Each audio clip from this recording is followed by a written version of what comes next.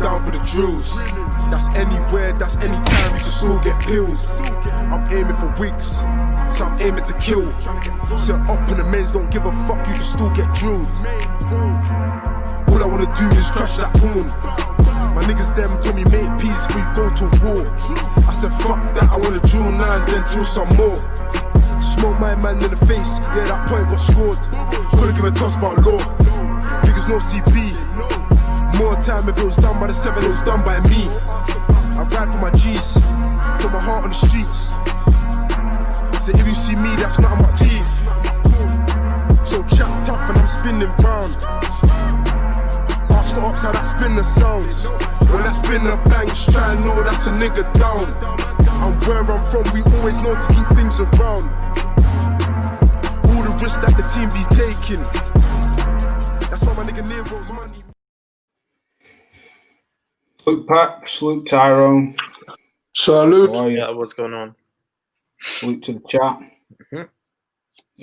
Rob Sportsman Lee, salute to you, brother. Mark Wunderlich, salute to you always. Chi-Town, yes, salute to you. Ricky, salute to you, brother. Right, how's everything going? You all good?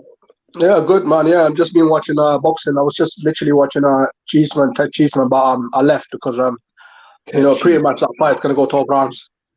Yeah, well, that's good. Yeah, did you see my fire stick's packed in, so that was a bonus that you put that fight up. So I'll watch that later on. Salute to you, Shy. Mike will be on in a bit. Did you I want to talk firstly about, I know I shouldn't rabbit on about it, but about Big Joe last week. Did you see the fight, you, Tyrone and Pat? Yeah, I saw a little bit of it.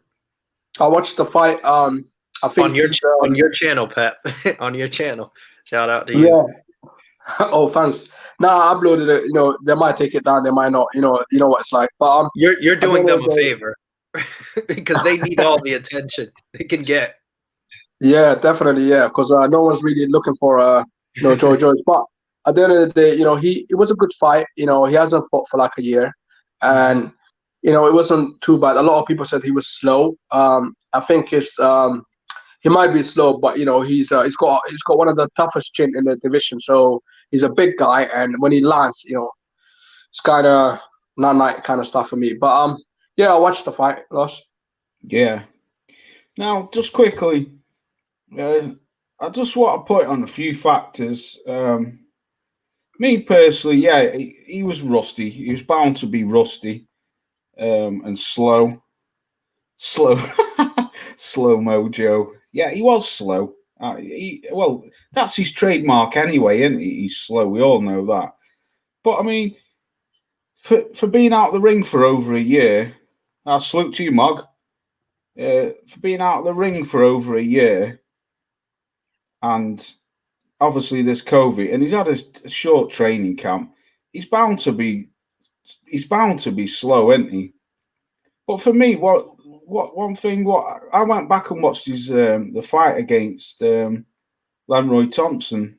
Was it Lenroy Thompson, the Jamaican guy who Kenny Porter was his trainer or manager, whatever.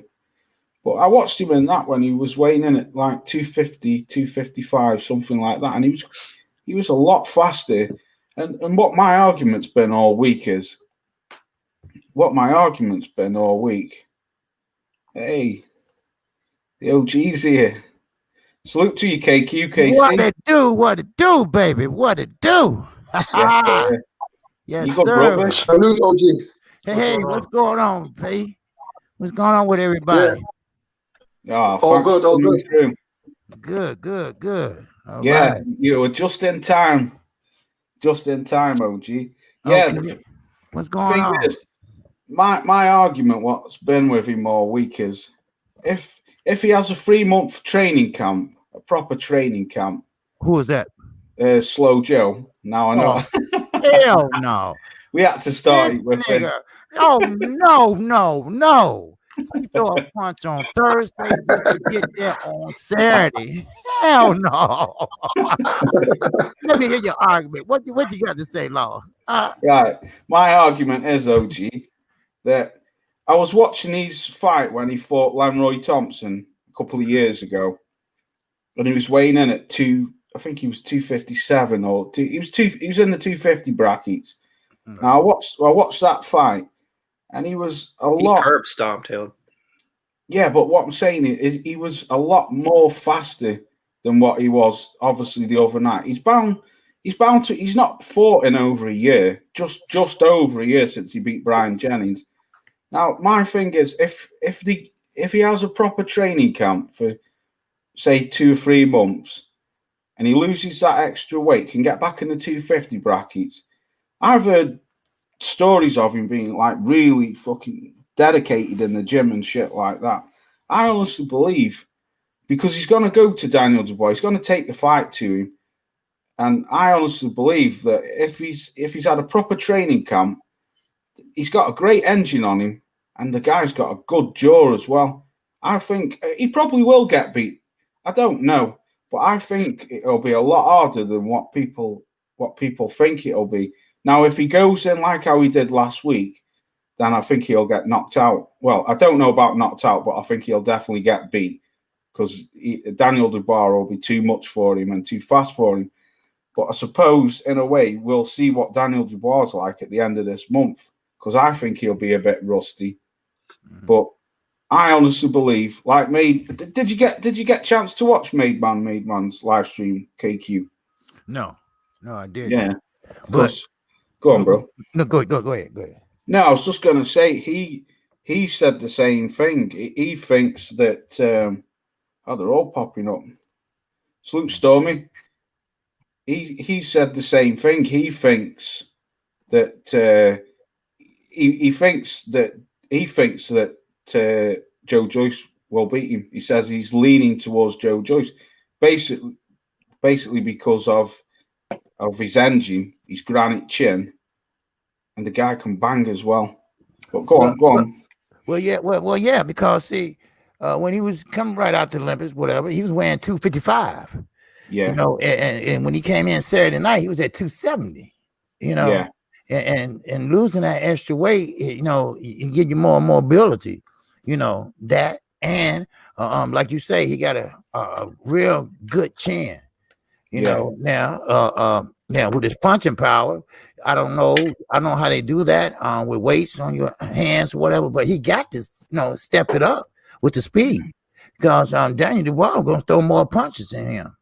But like I say, when you come in 170, 155, that don't sound like a lot, but it is a lot in boxing terms, and so he will do a lot better than he did Saturday, but if he's dedicated to the gym, then why was he dedicated for Saturday night? Because he knew that was a tune-up, but you got to stay in boxing shape when you're going to fight and when you're not going to fight, so, but Daniel Dubois, he ain't the fastest motherfucker either, but still, but he will crack and get out of it. I ain't saying he gonna knock him out, but he can win other ways. But I think it ain't gonna hurt him.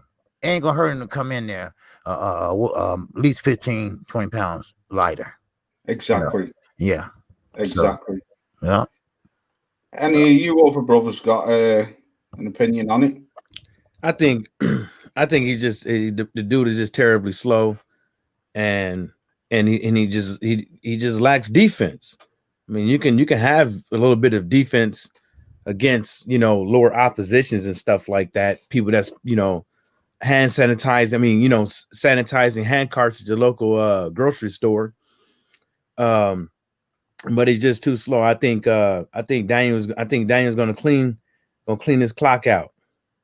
He's gonna reset that bad boy. What, knockout or what, Mike? I think Daniel's gonna knock Joe Joyce out. It's just too terribly slow. Head movement, foot movement, all that. Yeah. He's supposed to be this little dancer and stuff like that, and I think that's the only thing that's been saving him is having a little bit of rhythm. But other than that, he's gonna get knock smooth the fuck out, Laws. Hmm. And I'm thinking, Laws, I'm thinking you a clone right now. I think somebody cloned your ass. No, but Mike, the thing is, remember me and you watched that Richard Lartley fight, man. Yeah. He was getting tagged in that fight, left, right, and center off Richard Lartley. Yes. Now, my thing is, Mike, if like I say, it like LG said, if he loses that 20 pound and comes in the 250 brackets, Joe Joyce has got an engine what will do 12 rounds, no problem. Now, he's going to be, I wouldn't say a lot faster, but he's going to be a bit faster. But he ain't going to be as fast as Richard Lartley.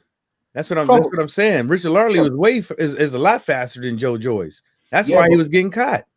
But the thing is, Mike, though, Richard Lartley doesn't come forward like Joe Joyce. And Richard Lartley didn't even have a proper camp. Well, well, there you go. There's things what was making me. What's interesting, I've never seen Daniel Dubois put under any type of pressure, but I have seen him in that Richard Lartley fight get tagged several times. He had some pressure in that fight. He had some pressure in that fight. He almost got himself knocked out.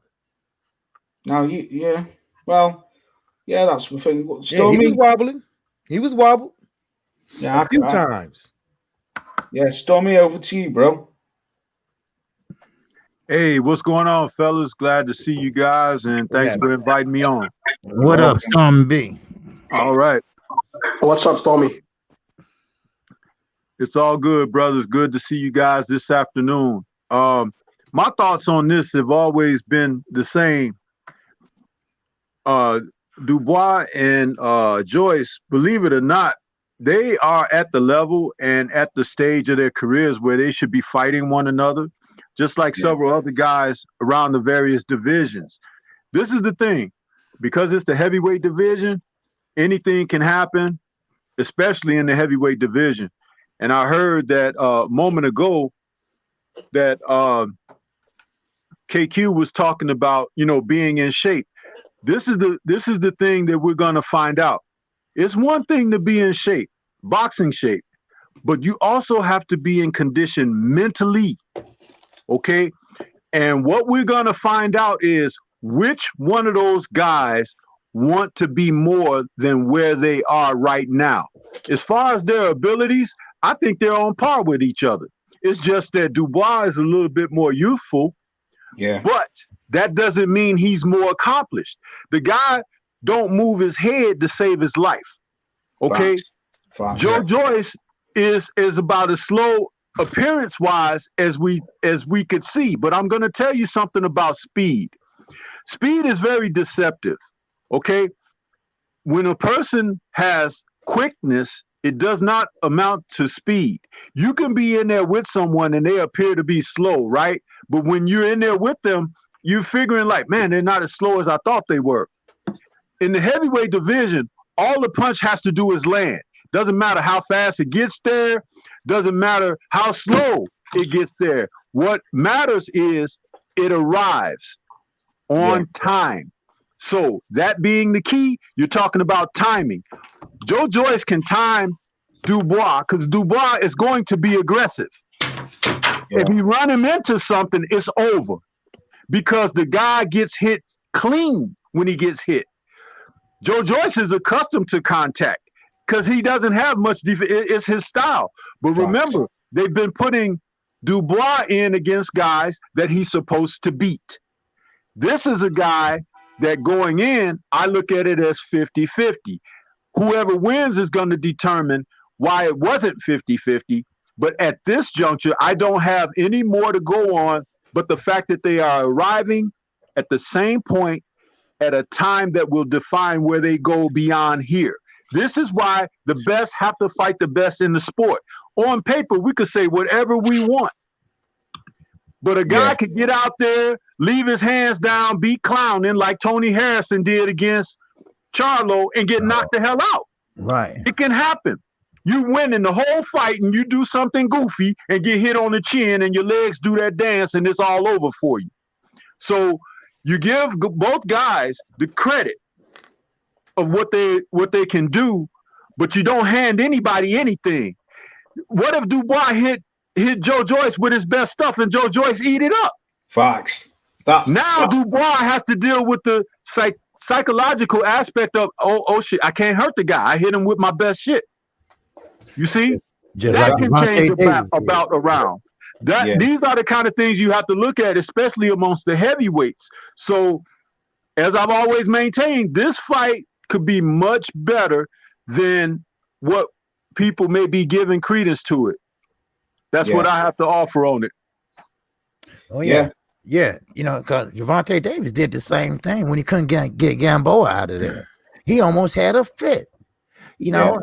But like Calvin Ford told him, look, we would practice to go 12 rounds. We practiced for this. You know, we expected this because, you know, when you're a veteran, you know how to survive. You know, you might not win, but you know how to survive. And Stormy right. What if he hit him on the jaw and George just eat it and keep coming? Well, he just, you know, cause George, juggernaut, he comes forward, right? Okay, you know, he keep coming forward. He easy to hit, but like I say, he got a chin.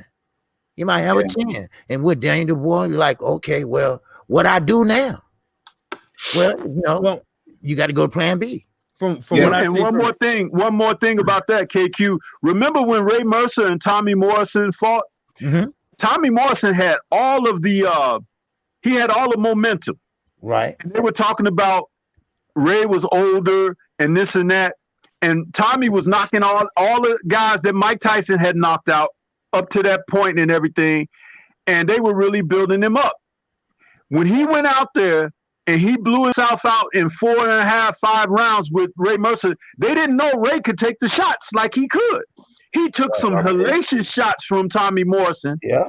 It had a mental effect on Tommy. Tommy got tired and Ray took him out. It was like from that point on, everything you heard about Ray Mercer wasn't about the devastating knockout that he did on Tommy Morrison. It was like, this guy can take a shot. So that psychologically plays on people. It can happen, man. It's like, that's why taking heed of what has transpired in the past and looking at what you're looking at presently, you have to take everything, just hold the horses. Let this take place, and it will define who these guys are. I mean, from what I see from both of these fighters, they're somewhat of come forward fighters.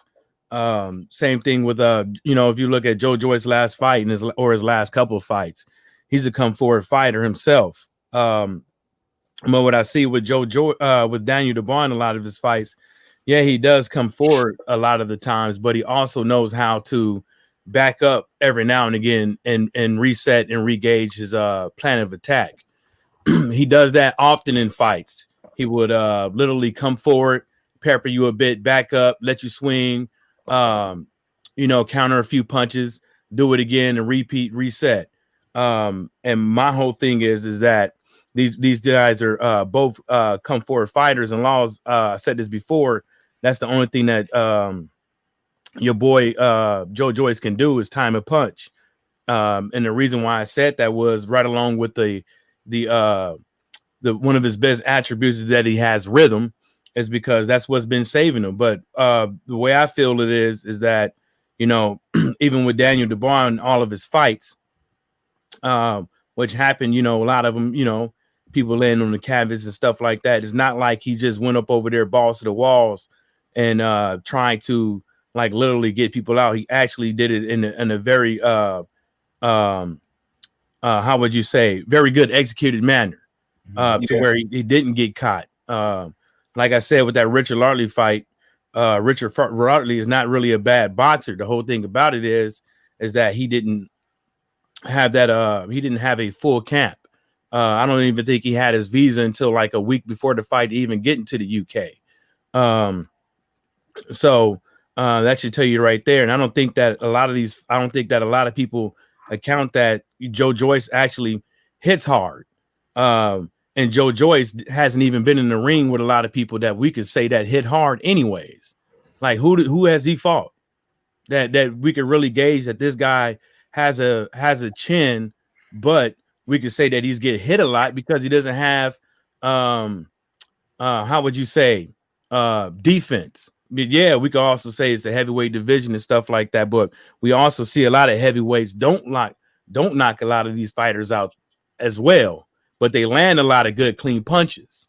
So, you know, it just, you know, the whole thing is gonna be time is gonna tell what's gonna happen.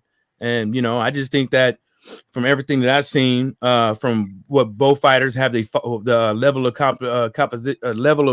competition they have fought, the level of punching power of the competition they fought, and I don't think Joe Joyce is going to come on top with that fight. Just don't see it. Do you know what, Matt? You just a finger on the head there about the level of competition. Who do you think's fought better opponent? Had the better opponents? I think they're really about the same. But what I'm gauging it on is like punching power. You know what I'm saying? Yeah, we could say that. We could say maybe possibly Daniel Dubois doesn't have the best chins in the heavyweight division when it comes to Joe Joyce. But obviously we could if you go back and look, you know, especially that Richard Larley fight.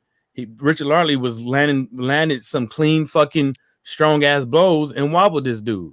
And that's going to happen with a lot of heavy. That's going to those punches right there from Richard Larley. I think they would have wobbled a lot of people besides Juan Duapau. That's about it. Because that's that dude right there. I don't know. That dude is made, the head is made out of dolomite or something. But I just don't see it. I don't see him taking no punches. But did you see Daniel? Joe Joyce. Now we know he's slow, all right. But does his punches move anybody? Do his punches hurt, even though they slow? This is the heavyweight division, all right. Yeah. Anybody or anything can happen at any given time. So therefore, you think Joe Joyce got the strength? If he just tap you, because see, you get an arm punch, you're gonna know how he punch. You're gonna feel that arm punch. You're gonna say, "Oh, man. I got the answer for you. I got the answer for you straight away. I'm glad you asked that question because I was going to chime in with this anyway. Okay. Think about it like this: Bryant Jennings took on Vladimir Klitschko and challenged him for his title. And he was in there with who was at the best time, at that time, the best heavyweight in the world. He was the world champ. Now, I will say this. Off of his performance in that fight, people gave Bryant Jennings more credit, right? They said, wow, he fought Klitschko. We want to see Bryant Jennings again. Ironically, against Joe Joyce, Bryant Jennings kept his hands at home. He wasn't letting his hands go against Joe Joyce. Joe Joyce was even dropping his own hands saying, come on, remember? Because you know why that happens? Because when you get clipped with something, you automatically, if you got any common sense, and you know common sense is rare out here, right? If you got common sense, your first thing is to keep your hands home and protect yourself. Yeah. Now, Joe Joyce won that fight easily. And I even commented, it's on one of my reviews after the fight. I said, if Jennings wanted to win that fight, he had to let his hands go and get busy because he was fighting in the guy's backyard and he never took chances. That should tell you something because Jennings had been in there with the best in the world at a different time. And we know that Joyce wasn't the best in the world at the time that they fought. So why would a man who challenged for the world championship not go for broke against another guy where he can have an advantage if defeating him to be back in title contention? Well, you have to question that. But I wouldn't even question it because Bryant Jennings ain't done nothing in years. He ain't let his hands go in years. And Gerald Washington, hold up. Gerald Washington also hasn't let his hands go in years. They both have been doing damn near the same type of performance since they fought for a heavyweight title and lost. They both has been putting their hands up, leaning on the damn ropes and not letting their hands go and getting peppered. They both have. Gerald Washington, when he fought Charles Martin, was trying to exchange with the guy and got beat up because Charles Martin came out aggressive and wanted the victory. He fought like he wanted a victory. He didn't even give Washington an opportunity to do anything but go down on the canvas because he took the fight to him. This is the thing, what I was saying about the fight between Dubois and Joyce. If somebody wants to prove that they belong, and there comes a point in every match you see, somebody makes a decision where they want it, and the other guy just doesn't want it as much. Sometimes you'll see them want it equally, but one guy is just better. But the thing about this fight is this: Dubois has flaws, and they can be exploited. Facts. Joyce has Olympic pedigree. He's been in there with people. It's not even when he was an amateur, he was sparring with pros or whatever. He's been in there. He's been in the same seat that Dubois is in.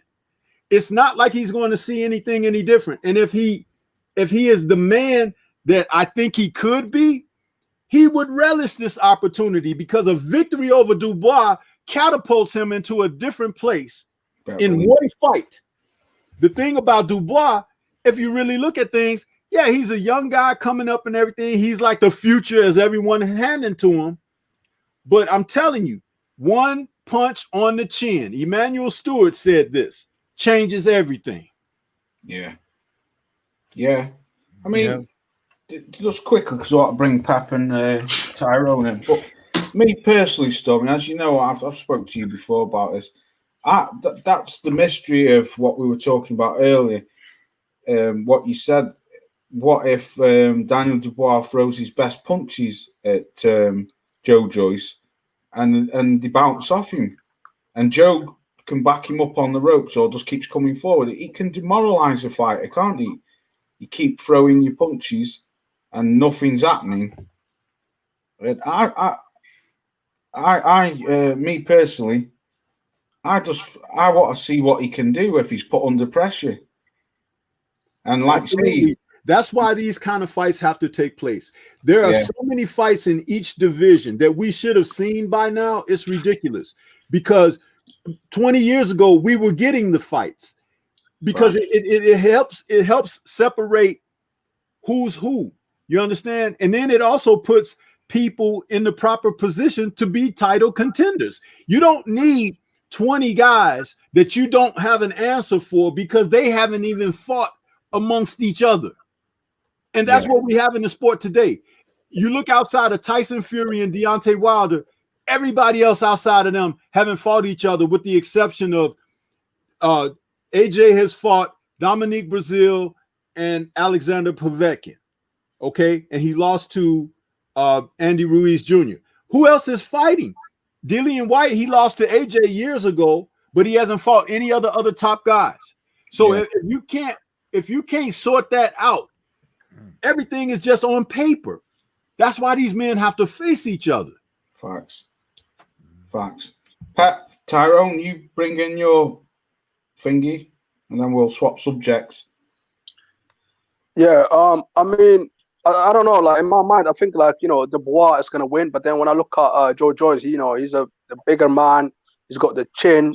He was 19 stone, like 273 pounds.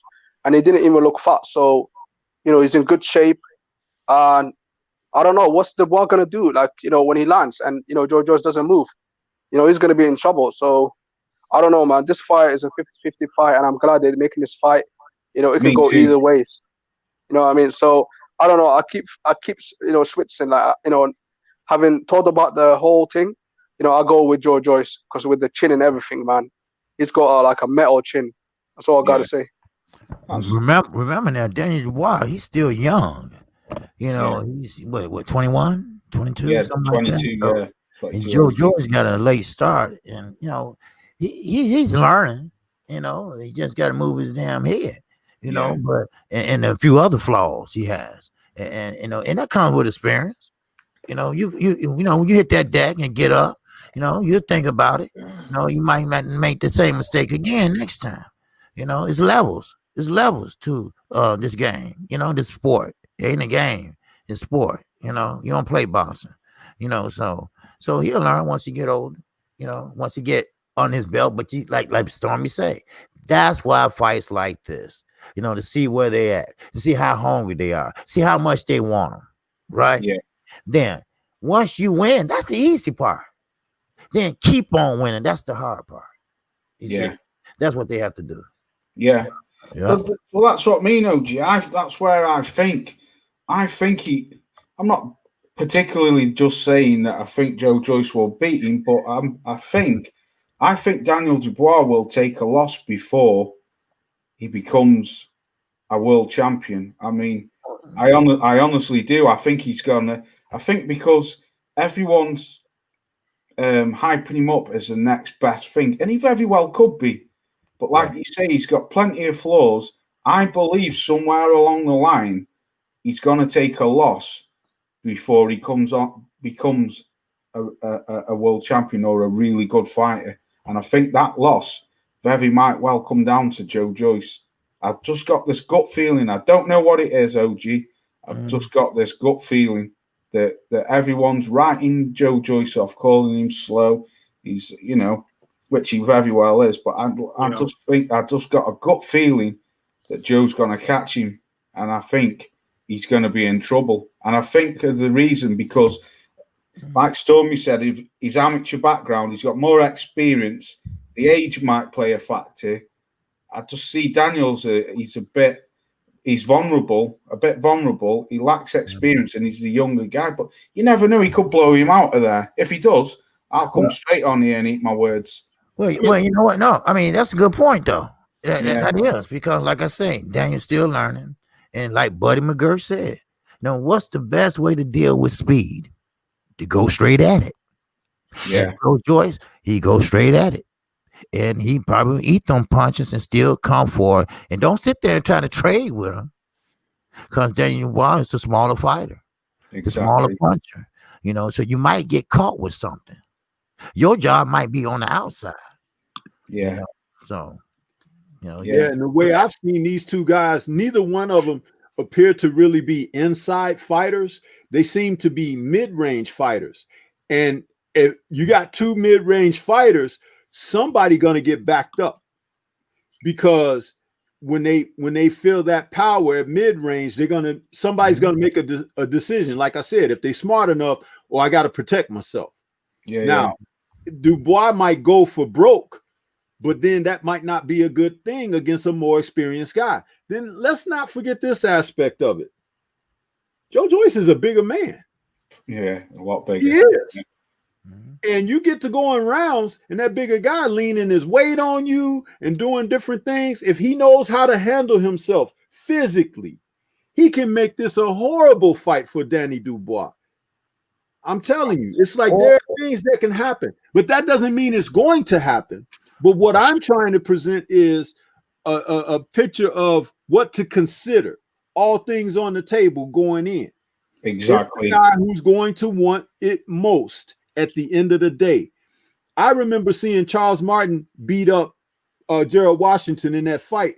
And I was remarking after watching that fight against them, I'm like, where was this dude when he fought Anthony Joshua? Right. Because if he had fought Joshua like that, he would have beat him.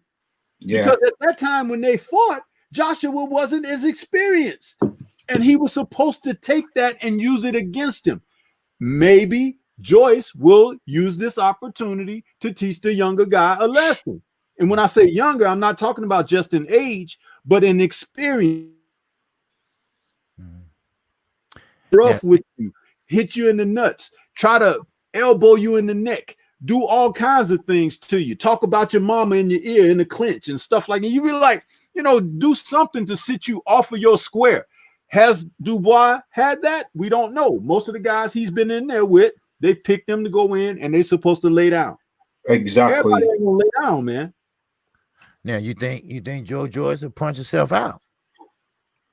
Do you think exactly that could happen? Yeah, will he be in condition? Right. Now Law said he's a gym rat pretty much, right? And yeah, he's supposed to be. But you can't step in no ring at no 270. Exactly. And to go that was ridiculous. That was ridiculous. Yeah, to go 12 rounds. Wow.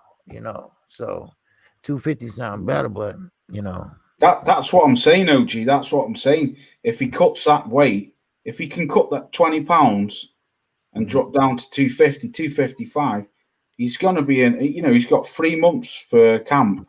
He's going to be. He knows. He's not dumb, OG. At the end of the day, he knows. It's all on the line for him because really, if you think about it, if he gets beat off Daniel Dubois, where else really is there to go for him at the age of 35?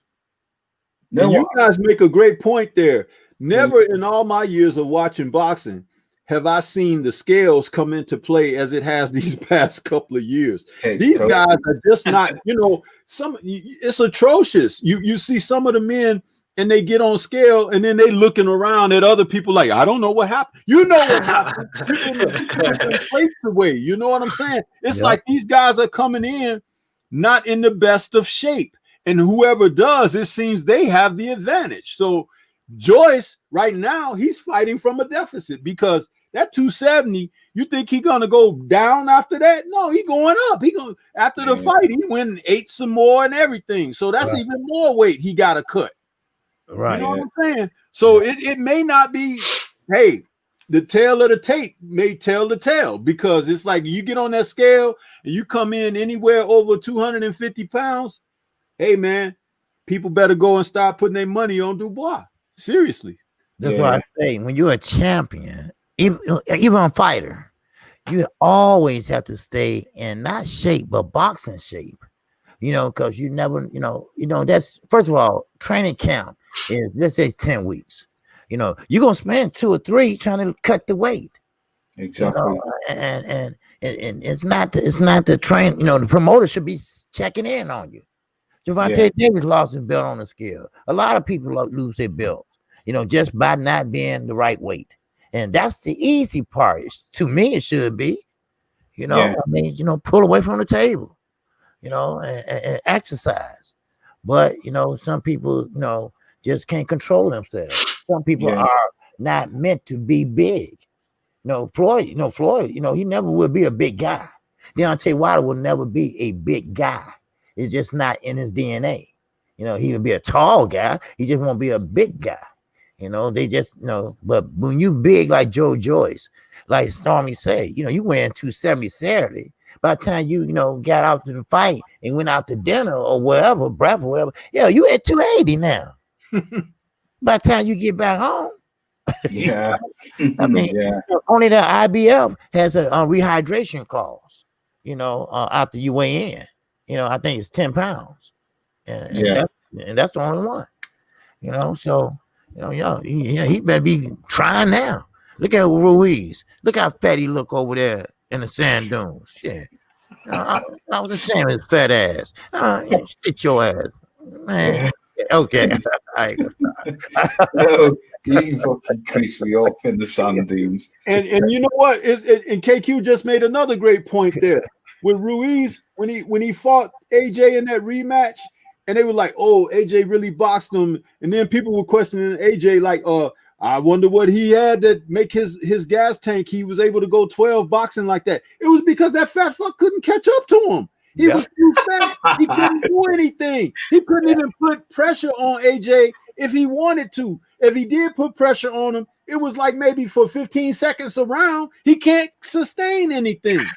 Right. And the guy, he could just move and move. He's like, shit, I'm safe as long as I'm moving because the fat boy can't keep up. And he couldn't. That dude was, when they say he weighed in at 387 or something. Oh, wow. Let's just say he was 300 pounds. Stop the nonsense. He was 300 pounds. And he was way out of weight, and he was in there, and then had the nerve to say, "Oh, let's do it again." Don't nobody want to see that again. I think what he meant when he said "let's do it again," he was talking about another round at the buffet table. That's what he was talking about. Man. Okay, that story. Tyrone, what have you got to say quick, bro, before we move off the subject? About the Dubois Joyce fight? Yeah. I think it's like 50-50. It is like a toss-up. It is sad, though, that we're looking forward to it as a big fight because none of the other guys want to do their jobs. Good point. It should honestly be like an undercard fight between two prospects. But, Joyce is – I think I would edge to Dubois just because of speed. Really, just speed. That's really my only thing. But it is a toss up. Joyce is just so slow for me. He is slow. When I saw him fought Stavern, I was just like, man. Stavern came in there. He was another one. He came in at 285 or something like that. I think in the ring he was probably in the 280s, maybe even 290. Like his gut was hanging out, and like his trunks couldn't even stop it from. Like, go back and watch that fight. Like Stavern could not even. He had a belt around his trunks, I think, like an actual belt, like you put on your jeans almost. He like needed one. Can of biscuits. Yeah, he was in bad shape, and he got knocked out pretty easily. And this is a guy who, 6-7 years ago now, had a hard head. Oh yeah, and he was fast when he fought Areola. I thought he was overweight when he fought Wilder the second time, though. The first time he was actually in good shape, I think. He talked about being dehydrated. I don't think he was dehydrated. I think he wasn't used to being healthy for the first time. He was like, so this is how it feels? I think that's what happened. Yeah, he was because he was eating. He was eating them jabs from Wilder the first fight. He was low. He was like 228. He was probably his lightest. He was in shape. Yeah, he was low for that first fight. Yep. See, that's what another thing why I give Joyce. I think Joyce's fought better opposition. Stavern. I think so. Yeah. Brian Jennings. Yeah. I mean, who's Daniel's best fight? Probably Richard Lartley or Nathan Gorman. Yeah. I mean that Chinese fella who he fought at the end. No. Oh, no, not that guy. Yeah, he got knocked out. Nearly got knocked out off a jab. He jabbed him in the face in the first round, and he was all over the show. That was a proper pay down. So right, switching the subject then, I want to talk about. You spoke on this the other day, OG, about Teofimo Lopez and Lomachenko. What's going on there? Is he ducking him, or is he asking for too much money and using that as a duck, or is he just plain being greedy, or what? Well, to me, I think now it's time to put up, and now he's trying to shut up. See, when you talk a lot of shit. All right, I'm sorry. Yeah, you're all right, bro. You swear on here. You know me. When you talk a lot of shit, and now reality's setting in. All right, then now you're talking about excuses. All right, it's no excuses. When you young like that, you got to go. And like I always say, you got to strike while the iron's hot. Yeah. The money gonna come. You just got to go in there and take it. Look at the child. They ain't worried about money. I mean, they might have it, but still, you get this chance coming around maybe once in a lifetime for a boxer.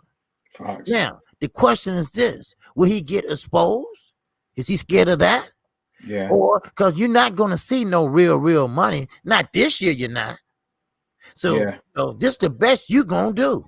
Just the best you got. Just the best one out there in your division.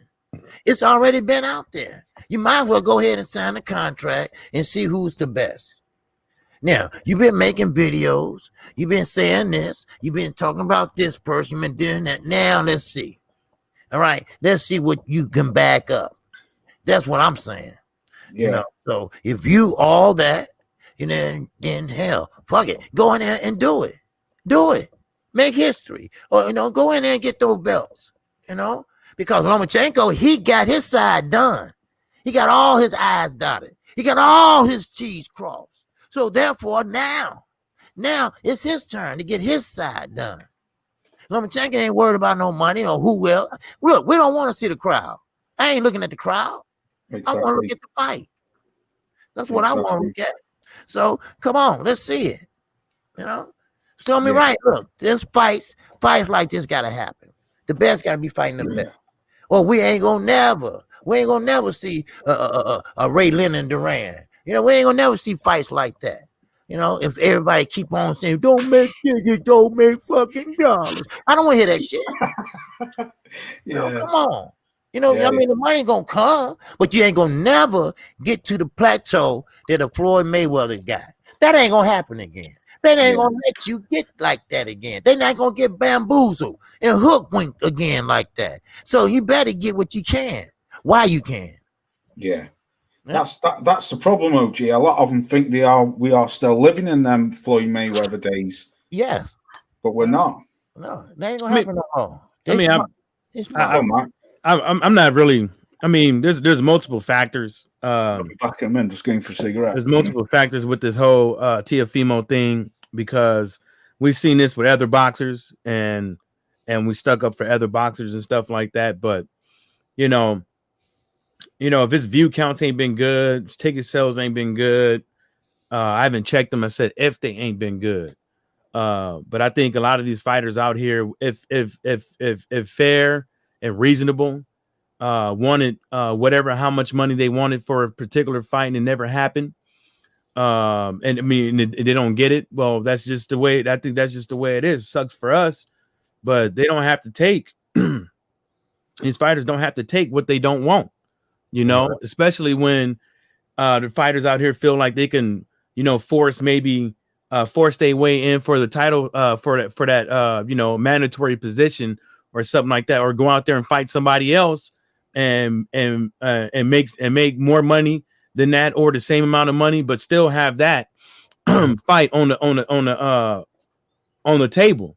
And sucks for us as fans, but if I was the boxer, yeah, and if I was in Teofimo's shoes, yeah, I'm gonna ask for a reasonable amount. Now I'm on Lomachenko's level as far as views and ticket sales. Nah, I ain't.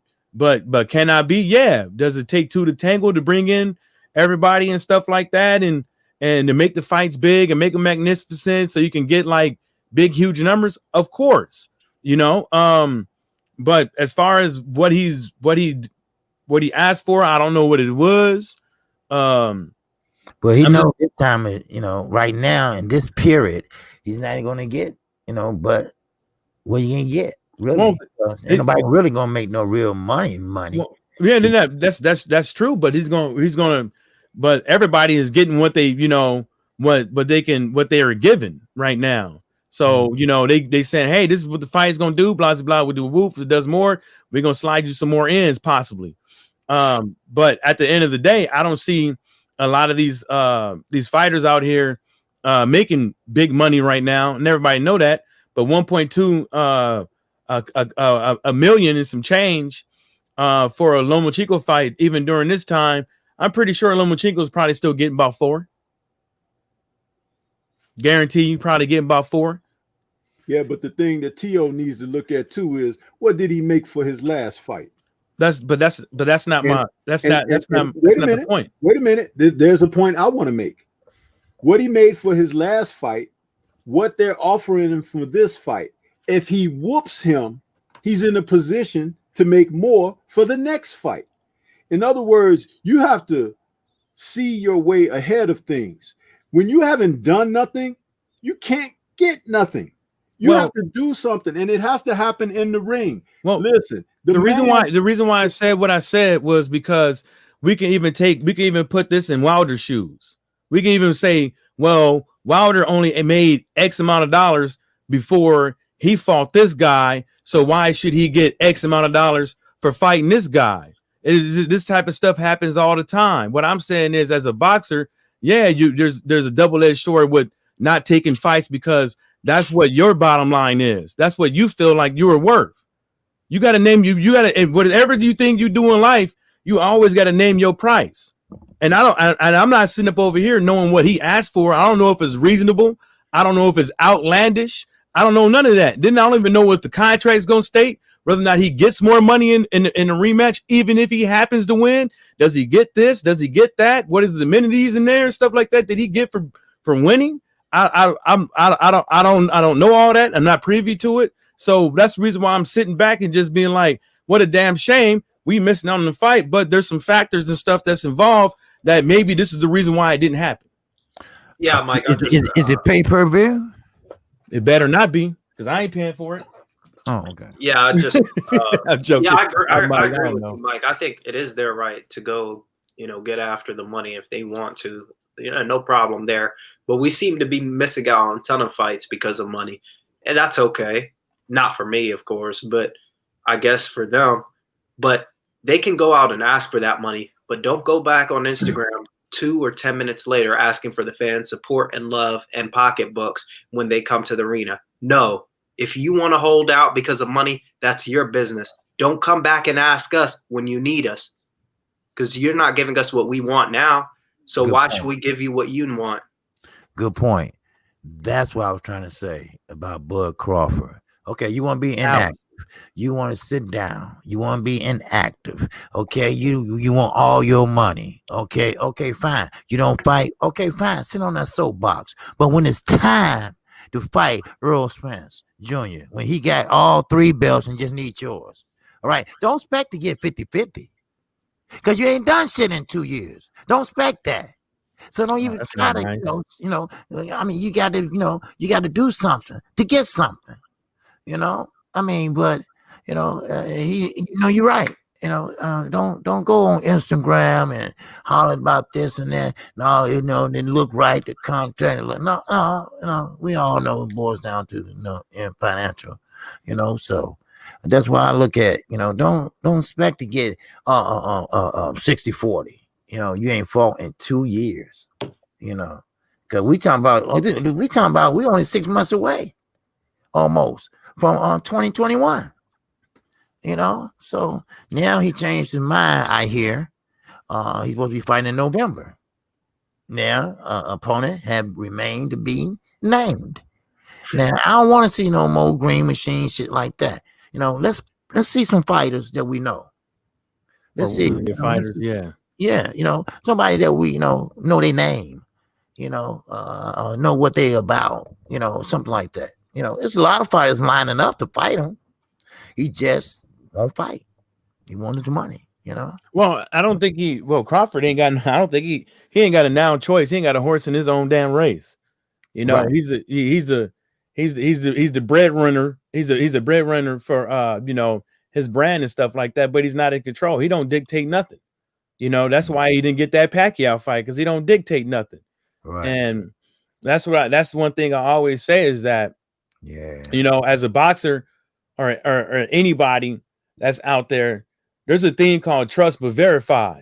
You can trust your manager, your promoter, and people behind the scenes to do right by you and stuff like that, to do everything possible to make these fights happen and stuff like that. Mm-hmm. But you got to trust and verify that they're doing what they're supposed to be doing.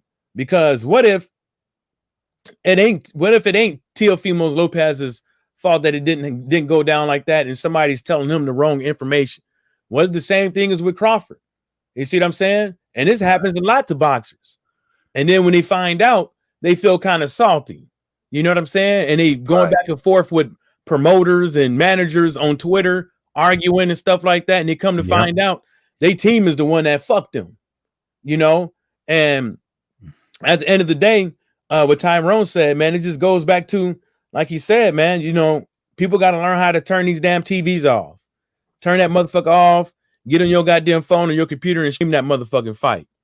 I streamed this whole the Candyland fight today at Massa Hearns back big at the big house. I streamed that shit. You know what I'm saying? I didn't fucking go out here and log on to nothing to watch this I didn't know it was on. Chad Cheeseman won. Dillian White's fighter won. He looked pretty good. I forget his name, but he looked decent. He has some head movement. Fabio Wally. Yeah, he had some decent head movement and stuff like that. He looked solid. But we'll see. But we gotta turn the motherfucking TV off, man. It's too much fuckery. Like everybody's been saying, and we've been saying this for a very long time about not getting the fights that we deserve. Not that we won't, that we deserve. Yeah. Because we pay their bills. We pay their bills. We the reason why these sports commentators and these sports personalities have a damn job. All the way from the top to the bottom to the damn janitor. We the reason why you got a damn job. You know what I'm saying? Because without people viewing the fight from home, without people viewing the fight at the arena, without the people in the concession stands, without the fans going in there buying the food at the concession stands, there won't be a motherfucking arena. You would have literally a fucking fight literally a fucking fight in somebody's fucking backyard on their plantation, giving you a freak show. Yeah. I mean, in his defense, I mean, it was a good production. I mean, as far as the setup at at the big house, it looked pretty good. I'm not gonna lie. This is Candyland, nigga. Yeah. I didn't even see it, but I bet it was something else. Made No, he did it. and everything. I mean, he did it. He did his thing. He did his thing. I mean, anybody with a lot of money like that, that's a promoter, can you know, pull off something like this. I just think that it was the smartest move for him to do, because he had no choices. Either you pay these site fees, or you got to pay something. You know what I'm saying? To get the arena and all that stuff, and to book it, the air conditioning, the lights and all that shit. You got to pay something to host these events. Why not set it up at your crib and then just have that shit all the way up until August 23rd, the Lycan fight, and then don't do nothing but sanitize the shit, and then you can sit up in the house with your folks and shit like that, looking out the window, looking at them slaves out there in your goddamn fucking working in your plantation. Oh, that's see right there. See, Elizabeth, that's a strong nigga right there. It's a strong nigga. That's a head cracker. You know what I'm saying? So it was at Matchroom Boxing headquarters, right? Or The big house. Yeah, it's his house, OG. That was his house. Yeah, Eddie's that was where he grew up, and that's what they said in the little telecast I was streaming it. They said he grew up in that house. That is fucking huge. Yeah, it's white too. That's a big house, man. It's white too. Yeah. Oh yeah. It's like a castle. Mm-hmm. Wow. The thing is, though, I don't blame it though, because like there's no crowd anyway, so why not do it, innit? I don't know why you guys call it like, you know, the slave place, like, you know what I mean? Like at the end of the day, there's no crowd allowed anyway, and it looked good as well, like, you know what I mean? Like, it did. I won't blame them. I don't know how long have you been paying attention to Edward Hearn and his daddy, but you know they had some kind of unsavory things to say, and they the ones who came up with the transatlantic takeover of America and all this shit. So that's the reason why. And you could have been my slave, you know, like,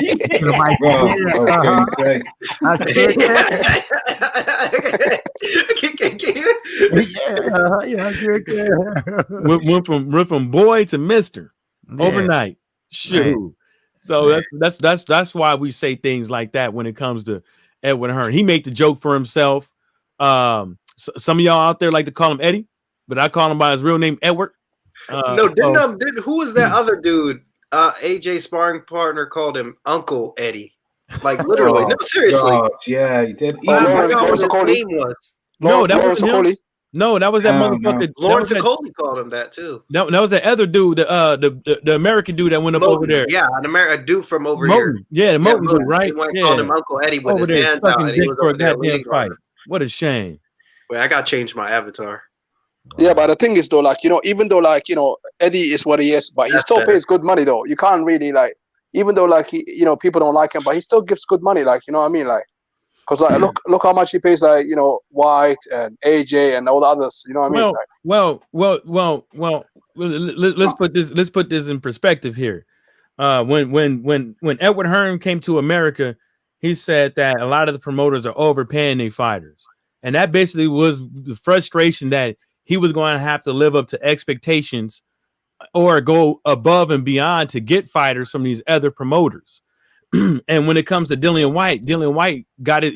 He's able to headline his own shows and bring in decent crowds to where he can get 5 million, 7 million from the venue and the pay-per-views. See what I'm saying? Just like a lot of these other fighters that he got, people were willing to come up in there and watch the fight, live live and in color, and also at home. So he has no choice but to break them off, because it's all the money that you get is from most of the money that you get from a boxing match.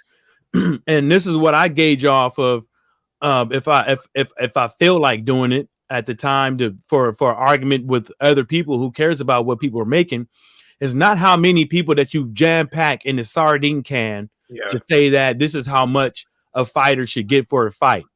Is how much people around the damn world is going to pay to watch that fight via subscriptions Exactly. or via pay-per-view. Yeah. It could be a pay-per-view for $35, $25, $15, it doesn't matter, because the majority of the viewership that how you spread the fighters out there to different groups of people is not through what's in the stadium, it's through the television. And if you can't sell on the television, then you shouldn't really be talking about how much you can get. That's the only thing. But that'd be the only gripe that I would have for Teofimo Lopez, because I don't know his numbers, but I know they ain't been doing that goddamn good. And that's why, like, going back to that fight, like Teofimo Lopez, like, I don't know why Bob Arum, doesn't give him like 2 million. If you're gonna give like, Lomachenko like 3 million, give the guy like, extra 500,000 or 800,000. You know what I mean? Because that fight is gonna be big anyway. He ain't got it. He got it. He got it. I know he got it. Coming in, he got it if he pays his own, if he pays out of pocket. The thing about it is, these promoters, they don't want to pay out of pocket because they already projected before this year even started how much money they was gonna get from the fights that they already booked. You know what I'm saying? They already projected how much money they're gonna get, how many people is gonna view the fight at home, this and the third, the losses that they're gonna have from all the profits and losses. They already got that accounted for because they treat us as commodity, right? So now, since they ain't getting that to them, they're on paper, they're in the negative. You see what I'm saying? So if he was to give him 2 million, he got to get that 2 million back. But guess what? He's not in the business of just getting 2 million back. He's in the business of getting more money than what he put in. From what I heard, this fight is a massive fight because a lot of Latinos are going to turn up. The Mexicans are backing him as well. So I don't know, like, this fight is massive. Like, I spoke to a lot of Hispanics. They've been looking forward to this fight. Do you know what I mean? They could be doing some numbers, at least like, 600,000 buys. Like, you know what I mean? Like, pay the man, so we can see the fight. Canelo, he pissed off. He want all his money. The zone say, hey, Eddie, can you talk to Oscar? Oscar, can you make Canelo? Can you make him take a pay cut? Look, them niggas on the carpet looking for fouls. They ain't got no furniture. Yeah, but KQKC, this is the thing though, is like that pissed a lot of people off was, that actually looked into it. And me and Laws did one time. Is that the zone don't have people that know boxing. working there. They don't have nobody working boxing there. And so they got lawyers and stuff like that, but all they multimedia people from John Skipper all the way down, they don't know boxing. Exactly. Like, nobody. They ain't got it. They don't have anything that the US is interested in. Yeah, well, even if you, besides John Skipper, all of them from different countries. All of them executive dudes, they ain't from America. And so, but they trying to spread it out from talking about Matchroom Boxing USA. and so when you start looking at, Teofimo Lopez and stuff like that, like what you just said, crying the Edward Hearn and all that shit. You know what I'm saying? I think really Golden Boy thought they was gonna get over. I think because somebody's throwing 365 million at you, but ain't dictating who you can't fight in that contract. I'm thinking I'm getting over on the motherfucker. Right. Because you basically just told me I can get 365 million and fight whoever I want to, but the only thing you want is a Daniel Jacobs and a Triple G fight. Right. You know what I'm saying? Because they ain't paying Sky Sports. They say, we can't pay you. We ain't got nothing. So that's it. We can't give you nothing. So Sky Sports pissed off because they can't get paid. Yeah. So, I mean, all that was accounted for before all this pandemic stuff. Like I say, venue, that down payment for the venue, that's gone. Yeah. You don't get no refund. Nope. Because the fight normally go on. You make a good profit or whatever. But no, in America, you got, you got plant seats in that, asses in the seats, but no, they took a big pay cut. You know, This and is- then, like I said, you got Canelo get what 33 million per fight. He want all that. He want all that. And you know what? He probably would get it because he signed a contract, a binding contract. But just the catch, they're gonna say this is God's act. You know, see, it's a little fine print at the end of the damn contract where you know it's Act something of that's God. uncontrollable. Well, You know, well, but then that's another thing that over here they might not deem act of God a coronavirus as an act of God. Wow. Because out here in Saginaw, Michigan, they had a dam break, and a lot of people can't get their insurance paid because since the dam broke, it's not an act of God. So yeah, Wow. yes, a lot of people got to get their houses fixed up over here. And so because the dam broke and it's not the insurance is not saying it's an act of God and stuff like that. So that might not that'd be an argument for their case, and they have to prove that act of God argument in the suit. But I don't even know if that'll hold up It might not then, you know, unless Moses was a part of it. right. Yeah. The zone, end of the day, the zone broke as a mofo. I said this months ago, months Wow. and months ago. And I said this to you, Mike. It broke as a mofo. I don't think they broke as a motherfucker. I just think that nobody is making near as what's like if you take last year to this day right now to this year's date, they're probably not even making a 25% of that. You know what I'm saying? They're probably not even making 25% of that. They can't get around. They can't. A lot of people don't even know which fight is on because of all these other you know, the MTK Globals, Right. what's the other dude named, the Indian dude? Kugan Cassius, IFL team. Yeah. Your Radio Raheems and all these guys. Ain't nobody paying attention to these mugs. These motherfuckers, Right. and they ain't making videos like they should have because they are just in the field. And then now they can't get into the fights and being in the field. People are I feel like some people are losing interest unless it's a big fight. People have lost a little bit of interest. Exactly. I mean, it came back a little bit when Showtime came out with their lineup. Now people waiting on Fox, but you know, and Eddie Hearn going to say that it's a shitty lineup. But Yeah. I think that Charlo fight and that Mario Barrio undercard, all that is good. You know, Yeah. for pay-per-view. You know, I think that would be a good fight. I just don't think they should fight on the same cards, but still, I think that's gonna be a good fight. But how can you say it's trash, John? But still, but you know, you're right because radio, you know, Seconds Out, they shut down their website. What? Yeah, I ain't didn't know nobody that. interview. Ain't nobody want to interview. You know, Rio Raheem, his ass won't even go outside. Oh shit. So I mean, what they gonna talk about?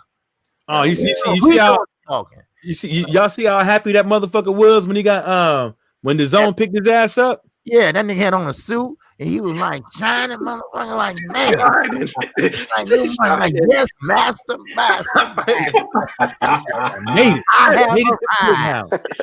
I have arrived. Yeah, I can't find it, but Oh, damn. I don't know how much of the Spence Garcia fight you guys were watching up to it, like in the undercard. But there was a commercial where Fox Sports picked up Radio Raheem, and I swear to God, he was eating like baby back ribs and chicken, and they had him looking crazy. Like I swear, if I can record, if I recorded it, I wish I did. But it's got to be on YouTube somewhere. But he was over there in the commercial, like eating baby back ribs and chicken and licking his fingertips and stuff like that, just acting a cool. Oh, that must have been some good old Sweet Baby Rays.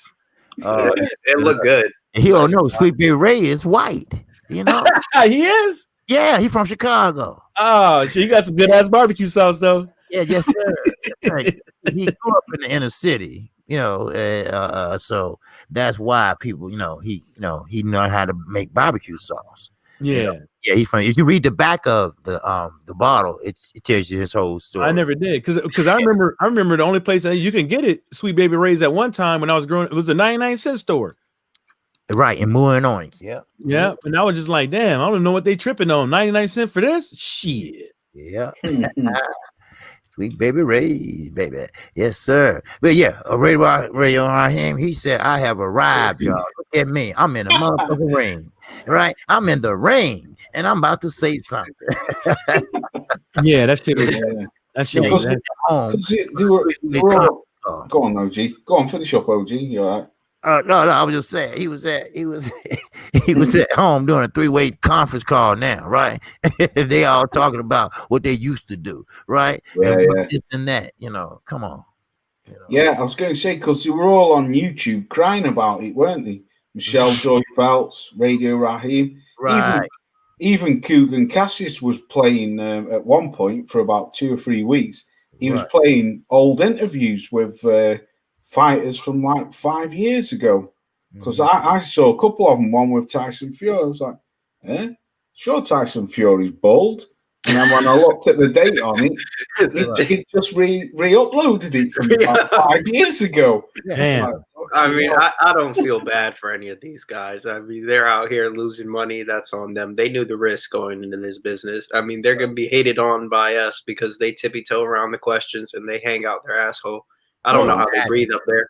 It's not just that. It's like you can't you have to, like, if you're doing this stuff, like, you got to make videos every now and again talking about your opinion on the news, on what's happening in boxing, and you also have to engage in your audience by way of doing live streams and getting up in them comment sections.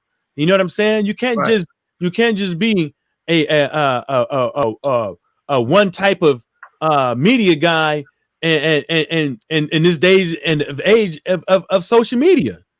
You know what I'm saying? People want to hear what he got to say. There's people out there that want, not me, but there's people out there that want to hear him to say honestly though. See, when he interviewing Eddie and all that, well, Eddie, let me ask you a question. No, Eddie lying his ass off, right? He gonna say that, right? I'll be like, wait a minute, Eddie, no, wait a minute. You said that this Thursday. Now you changing your mind, but see, doing that, for the plane tickets, for a sandwich, for maybe a drink of beer, No, be honest, nigga, you lying. Tell the truth.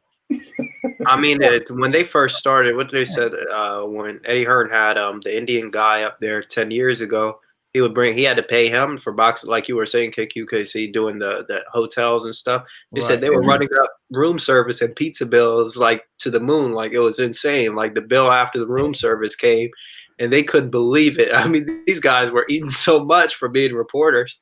I mean, nobody knew what was going on. You know what some BS? You know what some BS? You in a good ass hotel, right? And you ordering pizza through the hotel. Man, you're crazy as fuck. Man, I'm getting porterhouses. I'm getting lobster. Man, fuck that shit. Fucking goddamn pizza. I'm eating good. What the fuck? They showed Tyson Fury when he was in his addiction, when he was getting all right. He was at the bar, and Radio Raheem and a couple other reporters behind him. He buying drinks. I've seen that. I'll take one. Everybody say, I'll take two. I'll take three. Of course, they're good at that. They're good at that. Yeah. Well, I heard that Kugan Cassius was getting £500 an interview. He said it. Just off Eddie Hearn. Yeah. It was that same interview. It was the same interview. I don't know if it was Kugan Cassius or Edward, but somebody slipped that £500 in there. Yeah. They slipped the £500, which really, to tell you the truth, I ain't gonna lie. As far as what the smoke and mirrors is worth, I think Kugan Cassius did a good job at faking the fucking funk. Yeah. Go on, watch it. Can I? Go on, bro. You finish, Mike? Or? Yeah, go ahead. Go on, watch it. Sorry, bro. Nah, all good. I've just been listening along. You got everyone on today, Loz. You got everyone, which is good. Yeah. Salute to you. I was gonna say, I think Porky's Corner might have said something about Kugan Cassius getting paid that much. Right. If that's the case, Kugan's raking it in. I mean, how many interviews you reckon he'll do in a day? I mean, god damn.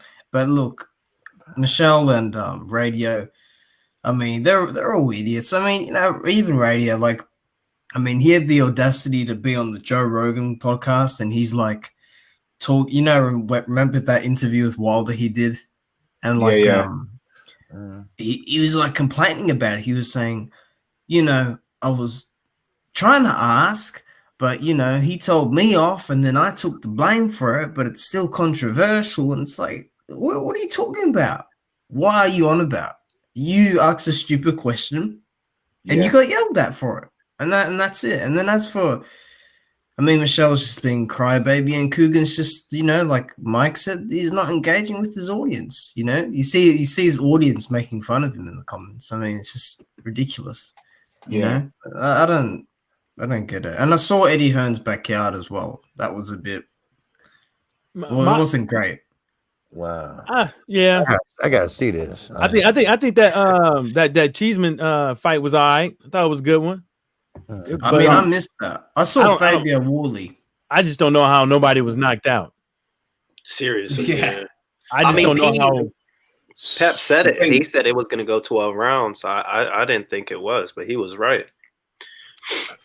Thing is, so it can't be any worse than what, like the OG said, that fucking BT card what they stuck together last week. That was fucking atrocious, wasn't it, KQKC? Oh man, I think they opened a penny jar to make that motherfucker fight. That was and like I said, if I ever see Frank Warren red ass, I'm gonna take his extension cord and whoop his red ass. I'm serious. That was a shitty ass shit. I mean, I was pissed off, man. I was really pissed off. Boy. That was really bad. You see how many like illegal fouls there were and shit, like hitting people on the ground. You know, if you go to the UK, you are not getting a fair go. I'm telling you, it's not an even playing field. No, we're the new Russia, Russ. I don't know if you pay attention to these fights today, man. They're letting people head grab, back of the head blows. I ain't see the ref say nothing. Yeah. Like that Cheeseman fight, man. That dude, every time he got a chance, he'd grab that boy's head and sock him right in his lips. Every single chance he get, he'd move it up. He'd hit him and then move it real quick. Like, you didn't see that ref, did you? Right, yeah. and then the dude, one of them, they kept hitting each other in the back of the head. I'm like, God damn. Yeah. Sheesh. But back to that Radio Raheem. This is my thing.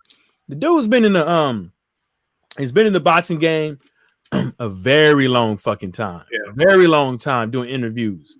And my whole thing is like, I know that asking tough questions can get you ostracized, but there's always a way to ask something. There's always the way to do it. You know what I'm saying? It's like not coming up there over amped and stuff like that, or trying to, like, you know, corner somebody and, you know, try to, you know, be a shock jockey. You know, there's a way of asking questions. You know what I'm saying? It's like, hey, Edward, man, there's rumors out here, which you can lie and be like, which I don't think it ain't true. Wink. That, you know, Anthony Joshua may, you know, have testosterone exemptions. Is that true, man? Like, how would you respond to that question if somebody asked, you know, Anthony Joshua or yourself?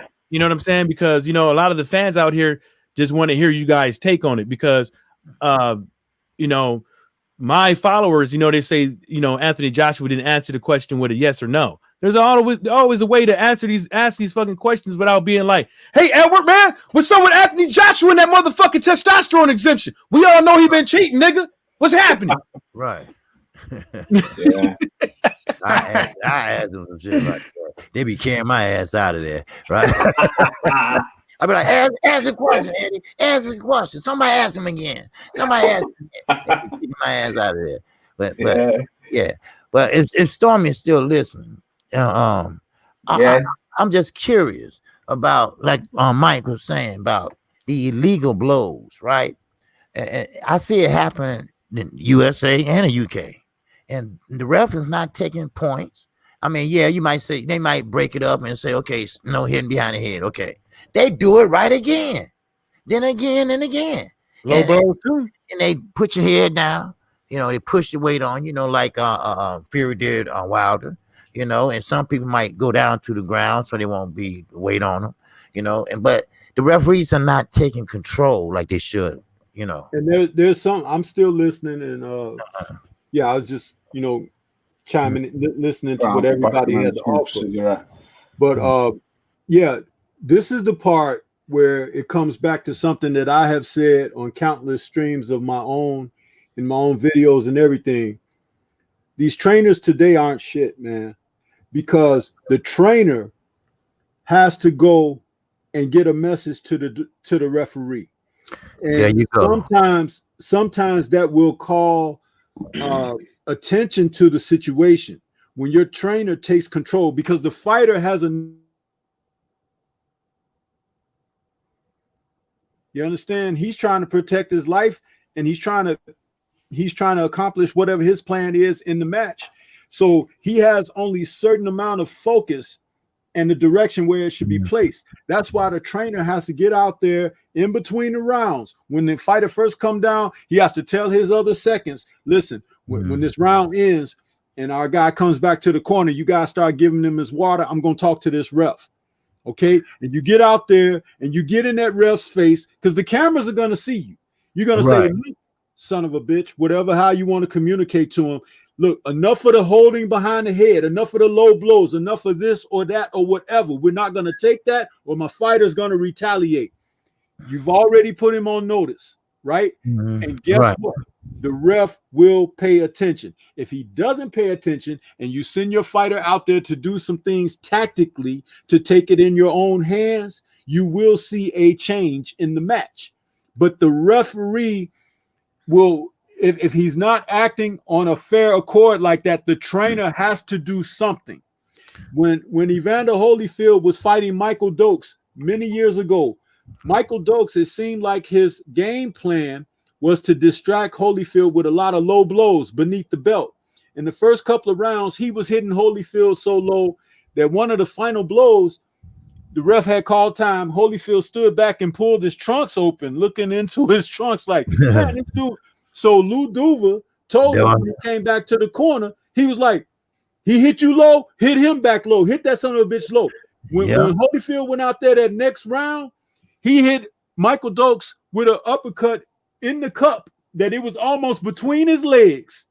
Michael Dokes never threw another low blow in the fight. Yeah, Lou Duva don't play that. He'll go out there. No, he go out there and fight. Exactly, and that's what I'm saying. When you have a cornerman who know how to take control, and it's not about being a buffoon. I understand how Lou Duva worked things. He was awfully animated, sometimes a little too much, but he took the onus off the fighter when he did those things, so the fighter can concentrate on the fight. And you could bet believe he communicated what needed to be communicated with his corner before he did what he did. So it's like someone will still be able to take over the reins if he gets thrown out, or just to settle the fighter down while he takes control of things with that referee.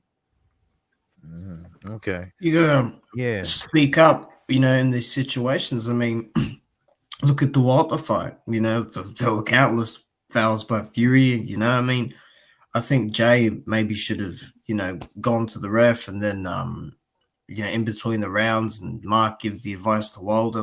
Like you said, don't be a buffoon about it, but let it be known, because it's happening in front of the ref, and because Fury did it so many times, and just at such a fast pace, it was just like Kenny just couldn't keep up. Nothing was really done about it. He did take a point for hitting Wilder after he said break, but with any other instance, you got to speak, man. You got to be authoritative and say, hey, that shit's not on. Getting hit in the nuts, getting hit in the back of the neck or the head, hitting me in the kidney or right in the spine. Yeah. Kneeing, shoulder bump, all that. Yeah, like Stormy, Mike, probably everybody probably know. The older you get in the boxing game, the sport, you learn little things that, like Floyd, he know how to cuff your mouth and nose while the referee ain't looking, to take some, so you can't breathe. He did Canelo like that. You do certain things, you find out where the referee position at, and you might, hit him low. You know, you might do something. You know, the older you get in the game, the wiser you get, and the more you know how to cheat too. You know, people don't think about that. You know the little tricks of the game. You know, so a lot of people don't understand that. You know, it's a lot of things boxers do in there that the referee don't see. And it seems impossible, but it is possible. You know. Yeah. 100%. So you got a referee got to position himself right in between both fighters. You know, you can't stand behind one fighter. You can't be all the way over there.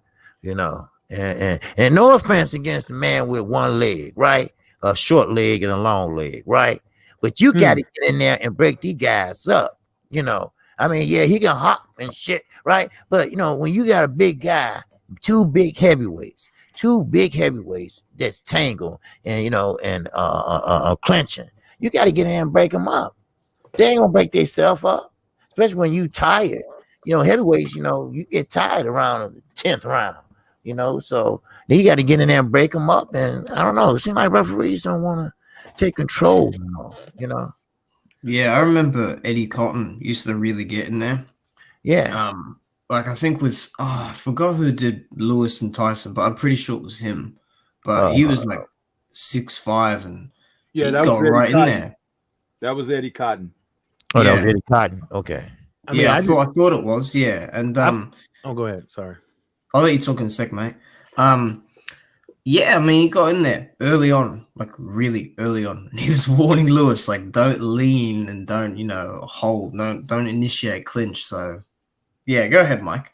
The way I put it with these referees, man, I just think that, I think to a certain extent, man, like from what I've been seeing and stuff like that, I think they just be bought off.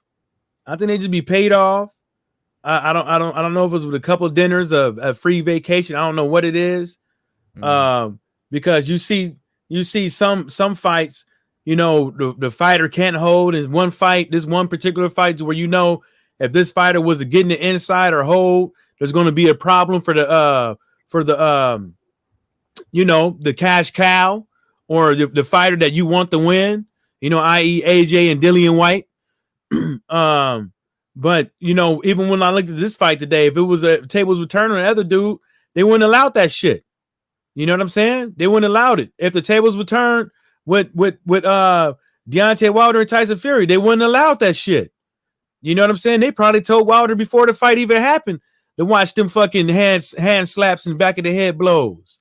You know what I'm saying? And I think they do it with a lot of fighters, but I just think that the way it's been looking right now is just that some get to do it and some don't. And they just been letting people get away with it. What's that you talking about, man? No, I was just talking about referees in general. I just think that they're getting paid off. Let that shit happen. Oh yeah, and yeah. The only thing that came out of Atlas' mouth was when he said the thing about the referees, the judges, the timekeeper, the boxing commission, everybody that has to do with the fight, they over there and eating that. They all in the same restaurant. They all in the same area chilling, talking to each other like it's a meet and greet. Yeah. Before the fight. Fight. That's why I said, with that Canelo fight and that LA Bird score, and that's why I said, and next thing you know, she down in Costa Rica getting her feet rubbed by an 18-year-old Cavallo boy, right? I wonder how she got there. Damn.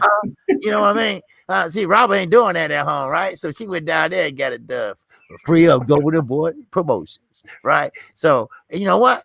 That ain't too far from the truth, though. It might not be that, but it might be something. Yeah. Even when let's just take it back the case that we know of because it's on paper with Matchroom Boxing, and I think Top Rank was implicated on it, and basically, come to find out, the referees and some of the commission dudes, they was up and getting strippers, free meals and shit like that. You know what I'm saying? And you know, they were doing all kind of, backdoor shaking my hand type of shit. You know what I'm saying? Just like anywhere else. Like you try to open up a liquor store, you know, you're gonna have to grease somebody's pockets. You know what I'm saying? Because you just ain't getting that business like that.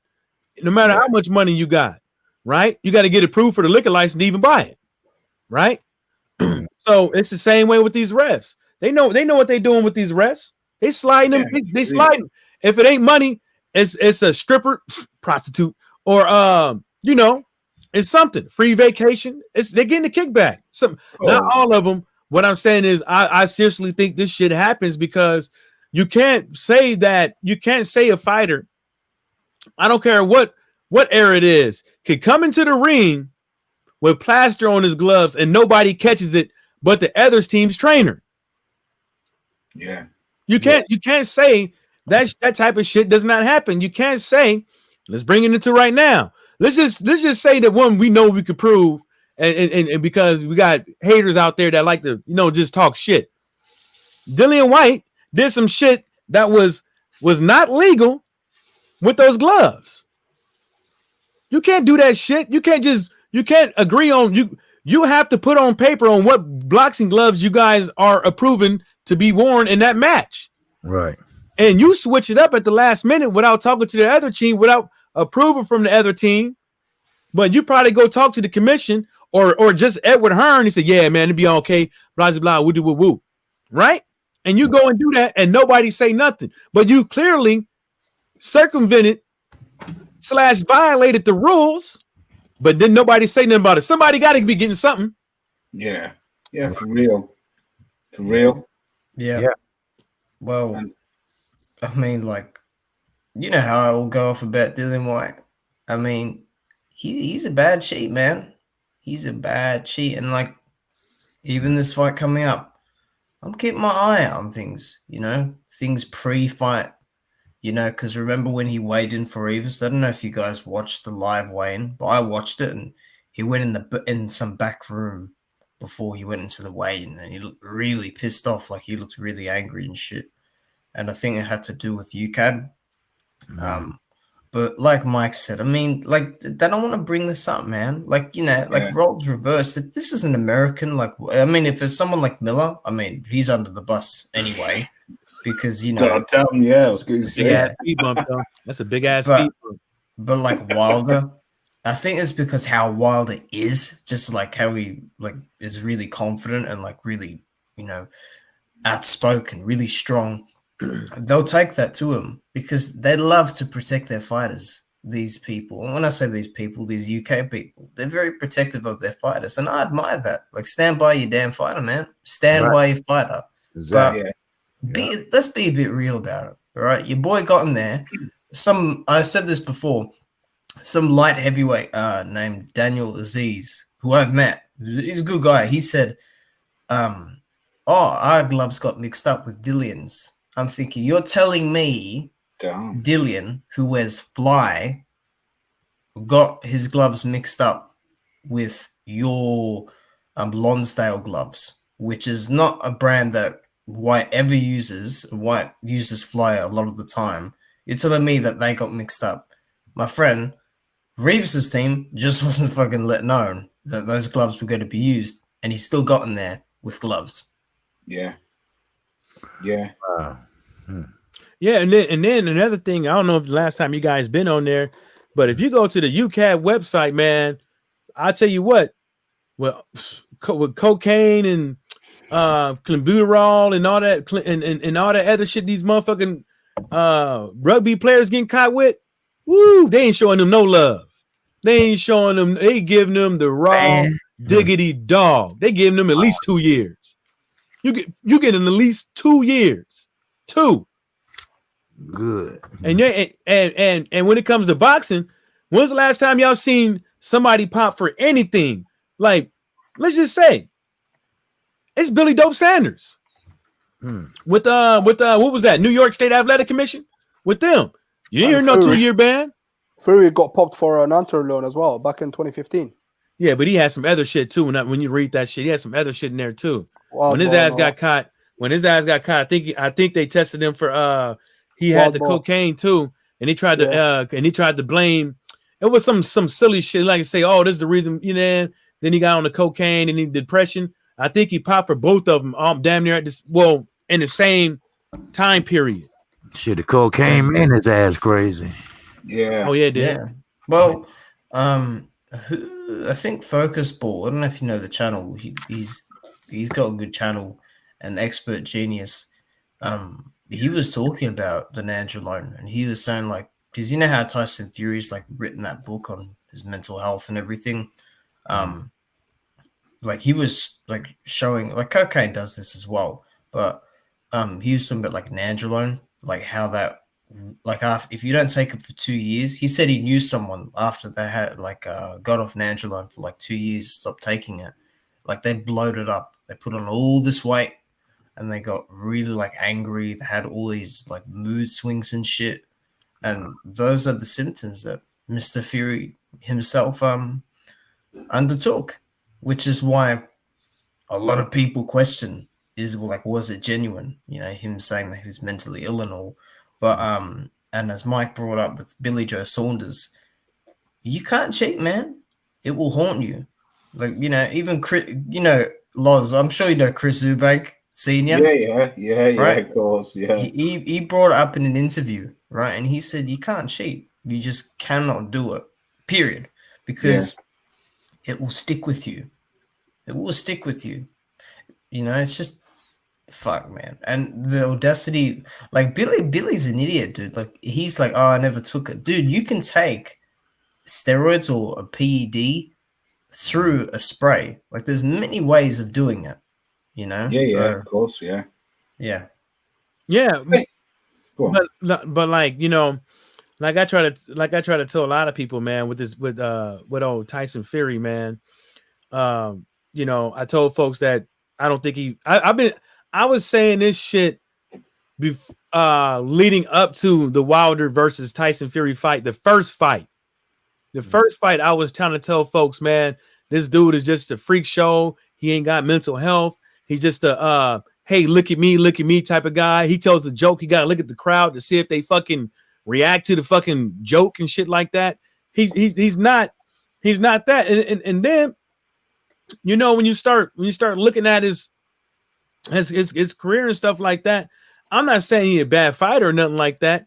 But what I'm saying is, when you look at him and his antics, and you look at all these other boxers and stuff like that, there's nothing that you can really say to say why people would like Dillian White, people would like Tyson Fury over Deontay Wilder or Charlo or Earl or Crawford or so on and so forth, because you know what they're going to say about those guys, White and Tyson Fury. Oh, they're such gentlemen. Oh, Tyson Fury got a book. Oh man, he's so telling, stuff like that. That's why I like this dude and stuff like that, because he's really down to earth and stuff like that. Blah blah blah. Whoop whoop whoop. Same thing with Billy Dope. Well, not Billy Dope Sanders, because he already know he kind of broke his bridges with the with people, especially with that prostitute shit. But when I start looking at why certain fighters don't get the look that they deserve from boxing fans, it just fucking disgusts me. How come UK fighters can like, you know, so how come some UK fans could like Lomachenko and Canelo over Spence Crawford and Deontay Wilder and them? It doesn't make any sense. But then you would like your McGregors, you would like, you know, all these other guys before them. It doesn't make any sense. And they the real cocaine cowboys of boxing. Yeah. Because you can't tell me the way they act, they ain't on something. Or you can't think that they own something. I think they own something. The way they act. And if you ask me right now, they probably are right now taking the line of cocaine straight to the dome. Yeah. McGregor is actually he's actually taking stuff. He's taken that before. I know he's smoking weed, but the way these guys react, who takes their whole gang of hooligans to a UFC event, start throwing shit, knowing there's cameras all the way around, busting women upside the head on the bus, a top UFC executive, and then cause the fight card not to even fucking happen. Yeah. Yeah. Yeah, that's what I was saying. In high school. Now we had kids, you know, football team, you know, we was on a basketball team, so we didn't care about that steroid and all that shit. But them high school players, they did. And you know, they running their heads into the locker and shit, right? I made that dent. No, my dent was bigger. So they do it. Then they go home and beat the shit out their girlfriend. Then they try to kick their mama ass. You know, that shit make you crazy. You know, it makes you go, you know, loony. You know, and Tyson Fury trying to talk to people with mental problems. Nigga, you ain't got mental problems. You got addiction problems. That's what you got. Shit, them kids were born like that. You made yourself like that. That's what he did. Shit, fucking around with midgets and shit, and transvestite midgets and shit like that. Like AJ running around with orangutan and shit. Come on, man. AJ, I mean orangutan? Nigga, what you know around orangutans for anyway? And orangutan got no damn tutu. What are you kidding me? Oh God! I think I don't know if I mentioned this. Man, he ain't right though. He said a midget transvestite. God damn. You can't get. Imagine seeing that in public. God damn. Remember that picture I sent you? That picture I sent you like the other day, Laws, and I was like, is that John Porter? John Porter with dreadlocks. Jesus God, yeah. Well, anyways, KQKC is right, man. High school football, you're gonna have a handful of dudes taking some roids, man. You at least got 5 dudes on your team. But guess what? The same thing with Tyson Fury. When they get hurt and they can't play, that's when their life starts flashing before their eyes. That's when the shit start hitting the fan. You know what I'm saying? Because Tyson Fury didn't have a problem. He didn't have a problem with as far as we know, with drugs, PEDs, depression, or nothing until he got caught. And then that's when when he got caught, that's when he ballooned up. Because remember, he used to come in and fights at what, 245 or something like the 247? Something like that, Mike. Yeah. I think the lowest he weighed was probably like 230 in the 230s. That was before. That was before. Been well in these early days. You have to understand, his voice changed too. Remember, he used to have that Mike Tyson voice. Yeah, he used to have that Mike Tyson voice, and then this shit started sounding raspy after he got caught. I was going to say, Mike, his voice, if you can remember, his voice got very deep as well. And raspy. As he was putting on a hell of a lot of weight. Can you remember before he come back and fought Wilder, and even before he come back and fought them 2 bums who he fought, his voice, he sounded like he could hardly talk. He sounded like his dad. He tried to say that he took a shot in the throat. The fuck out of here. That's what I damaged his vocal cord because he actually said it happened in a fight. I don't know which fight it was. But I tell you what it was. It was a shot of that crack pipe to the throat. Yeah. That's what he tried to cover up by saying that though. That crack pipe was too hot. Maybe one of those. Maybe he took a little bit of that transvestite midget to the throat or something. Oh, hell nah. No, I don't want to know. Jesus. God damn. Oh, hell say nah. it once day. Oh. Remember when Tyson Fury said it? He said it. He was like, I want to feel it. I want to feel it. I want to feel it. I know what Mike's on about. I know what he's talking about. When he said to Wilder, I want to feel the power. Like, oh no, that's the worst.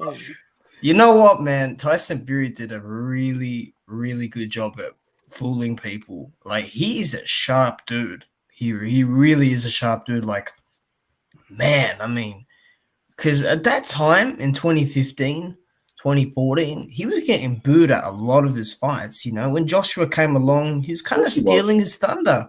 You know, he had everything. You know, he was this big Adonis. You know, he spoke quietly. He's a gold medalist, whereas Fury was seen as this big, hairy behemoth of a man who was really awkward in the ring, and he didn't have the best technique. I mean, he had he has good technique, but like not as like destructive as like a Joshua, and then like after the Klitschko fight, he ballooned up, and then he was working out and trying to get in shape, and all of that went down, and he did a really good job. Like, he used Showtime really well. Like, when he was getting interviewed by that Mara, whatever his name is, the commentator, like he got a lot of views, and he really feeds off people like feeling sorry for him. Like he really fooled people. Because I'm like, when did this happen? I thought, you got mental health issues? What do you got mental health issues for? You beat Vlad. That was your, Jupiter B. That's good seeing you. Like, I don't know. It came out like I was confused. I'm like, geez, like I forgot all about UCAD and everything because he hadn't been around for so long. But I'm like, mental health issues? Like, you have them? Really? Like, crazy, isn't it? Yeah, it's weird, man. Like, I don't know. I mean, like, I think if you, well, I don't think it would be that drastic to say you have depression for like the rest of your fucking life.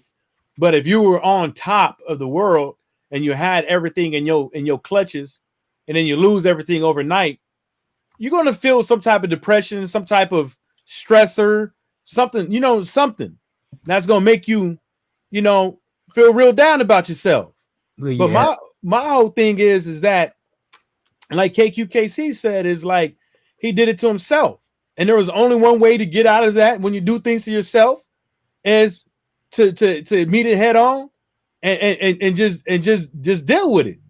You just gotta handle it. If you did it, handle it and get over it.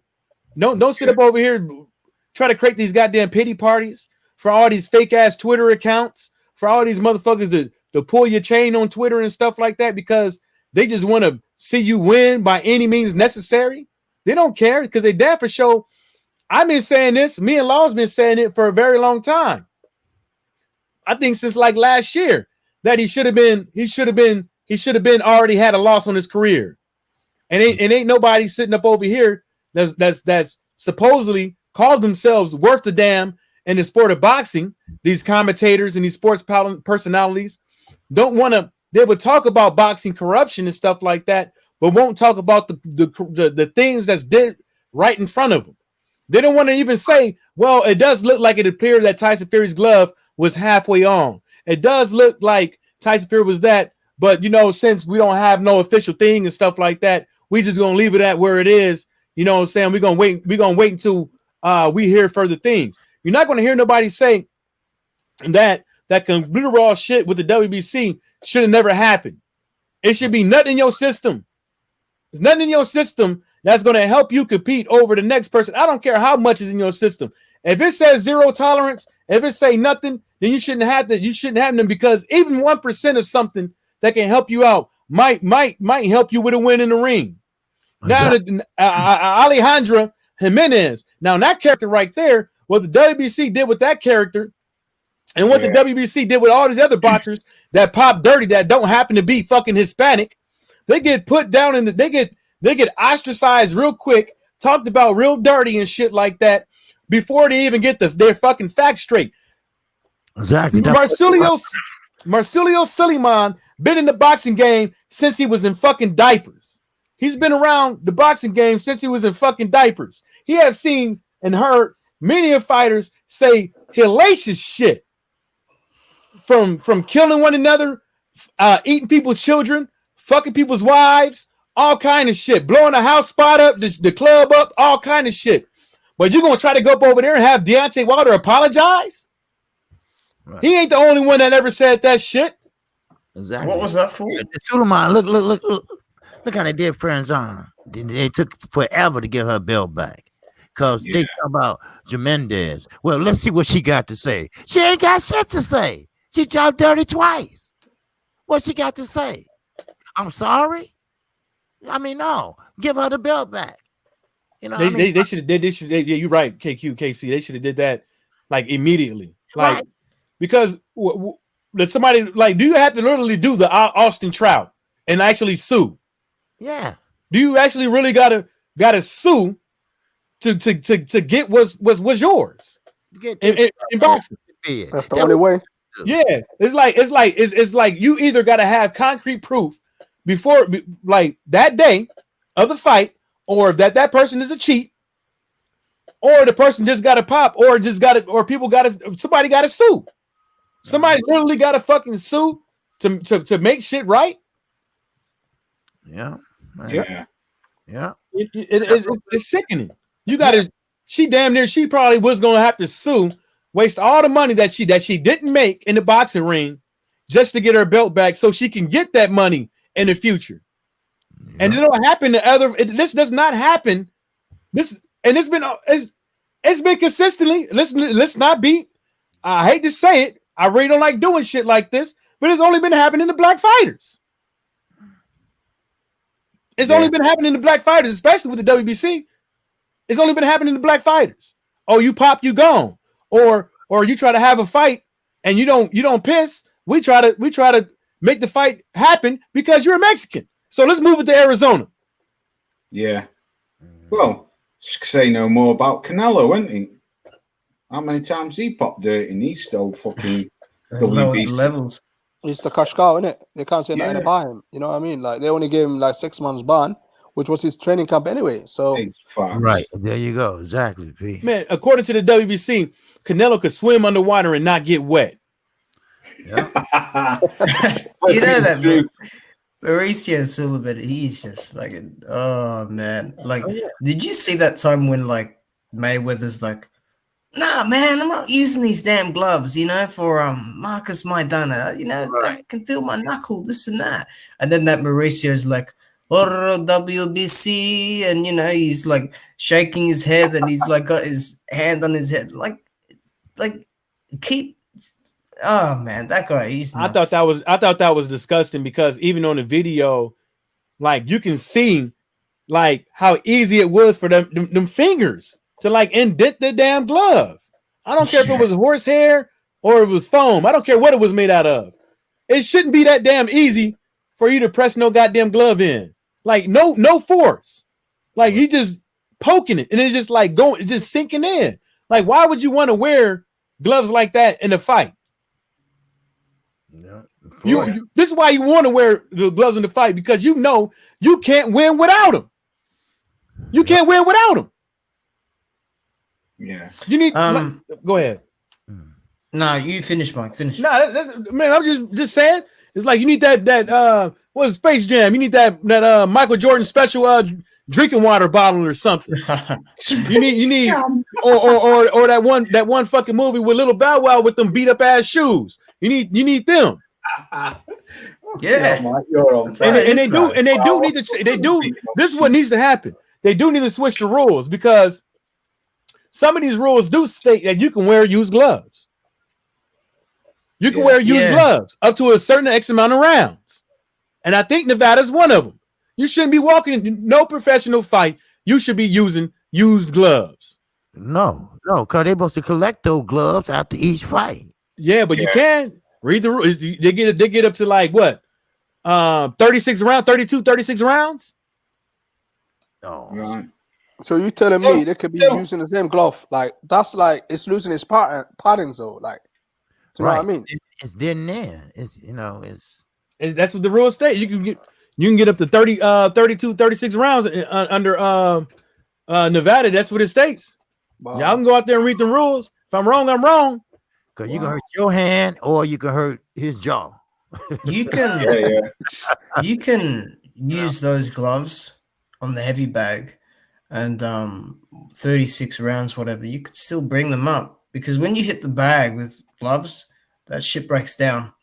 And what happens is, you know, if they approve it, they approve it, which is bullshit. But there's the whole reason you wear different gloves, like during training, and there's competition approving gloves, because gloves do break down. Well, yeah. Training gloves are bigger than fight gloves. Yeah. Oh, yeah. Wow. I know that. Don't they check the gloves before, and then, like KQ said, don't they take the gloves away after and check them? It's supposed to. The guy that I'll use an example. Fury, right? Jorge Capetillo is the guy that took the gloves right after he won. Right, took them off real quick. Does that mean something? I don't know, but maybe it does. Yeah.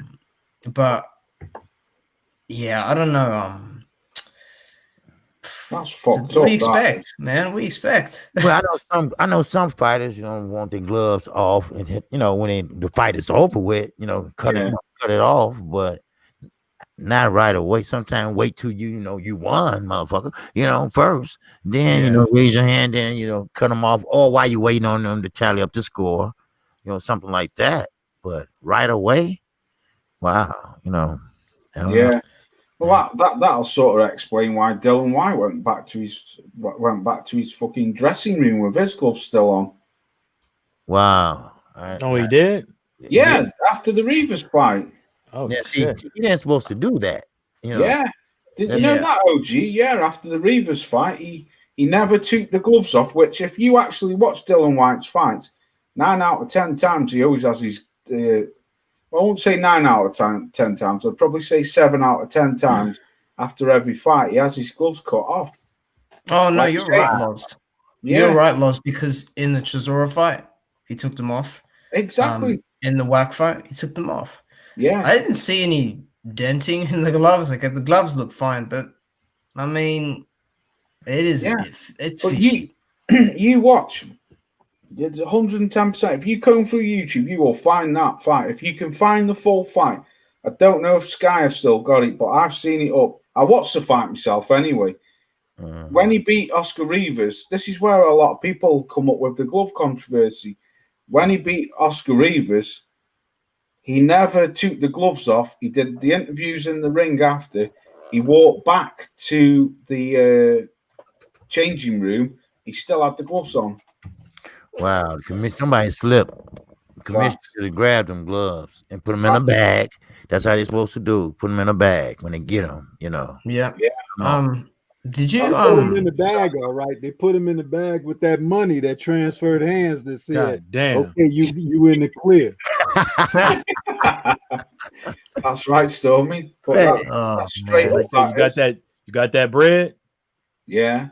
Well, we all know it's the most. I mean, I love the sport, but we all know it's the most corrupt sport in the world, isn't it? Unfortunately, or one of the most corrupt sports. It's a mob. It's like the mob is involved. There's just racial motivation. He actually gets, if I can remember correctly, he actually gets his gloves taken off very late on in the changing room because he does an interview when he walks back to the changing room. I think I can't remember. Is it Andy Scott or someone from Sky Team goes into the changing room with him, and when he's being interviewed, he's still got the damn gloves on. Well, I'll be very interested on the 22nd when the Lycan fights. As Anthony Joshua says, the Russian Mike Tyson. Well, what the fuck ever. But I mean, I'll be interested to see the gloves which Brandy wears. I'll be interested to see just the ref check them, and I'll be interested to see after because it isn't Edward Hearn's backyard, and I mean we'll see, won't we? And it's the same with Povetkin because I've seen a lot of Povetkin's fights, so we'll see what happens there as well. I mean, maybe Dylan will go to the ensuite in the freaking 3rd floor and take them off there. Who knows? Everything goes in it. Everything goes. That's Eddie Hearn's house, so everything goes, man. Who's gonna do something about it? Exactly. Oh, but that's not a joke, Pep. Like, probably everything does go. Don't be surprised. Yeah. Listen. I've got to get up out of here. And you ain't going nowhere. You was getting with that. I knew it was coming as soon as I pronounced it. I just want to cover something for the next 10-15 minutes. So I've got to go because it's getting quite late. What did we hit on? Okay. What y'all okay, so we didn't hit on this. What y'all think about that Povetkin and Dillian White fight? And that's what's happening, Laws? Yeah, we connect that quickly then, and then I want to I want to talk about Danny Garcia and Errol Spence Jr. as well. But yeah, it's happening 22nd of August, that, Mike. Yeah. Povetkin and Dillian White. I've got Dillian smashing him at the big house. Yeah, if he can get past 3. I give Povetkin dangerous for the first 3 rounds. After that, he's blowing out of his arse. Right. I think Dillian will smash him. Yeah, that's what I think. Yeah, because Povetkin ain't been looking cool, man. With his COVID shit, he ain't been looking good. His stamina ain't been looking good, bro. Yeah. And then he's gonna get him out of there by 7, I reckon. By 7 or maybe even like 5 round, like, you know, because Povetkin, like, you know, he gasses out. Yeah, by 4 those time. So I got Dillian White by like 7. This is like a straightforward fight anyway. You know what I mean? It's all set up. But you never know though, because I mean, one thing what Dillian White hasn't got, if you watch his fights, his guard is trash, and Povetkin loves to dip down and slip under that jab, don't he, with a left hook or a right hook. So if he catches him, you know, like how he did AJ in that first round, and he had AJ fucking Bambi legging, he was wobbling all over the show when he bust AJ's nose. Yeah, like his balance is off. You know, and he's like you say, OG's drunk, isn't he? White looks drunk. Oh man, a lot of them fights, man. I don't see how Parker didn't get him, and I don't see how Chisora didn't get him. But that boy, he ain't going down until he ain't going down for nothing. He's a big boy though. He's a big boy though, Dillian White. Yeah. He's what, 6'4", so 6'4", so they say. Gotta be big to put him down. Yeah, Dillian White ain't going down like without no fight though. I give him that one. Oh yeah. Oh no, he'll be in there. He's a tough cookie, man. I'll give him that. Like, he's a tough cookie, but I think most of you are predicting White's gonna win. I'm gonna be the wild card and say Povetkin's gonna win.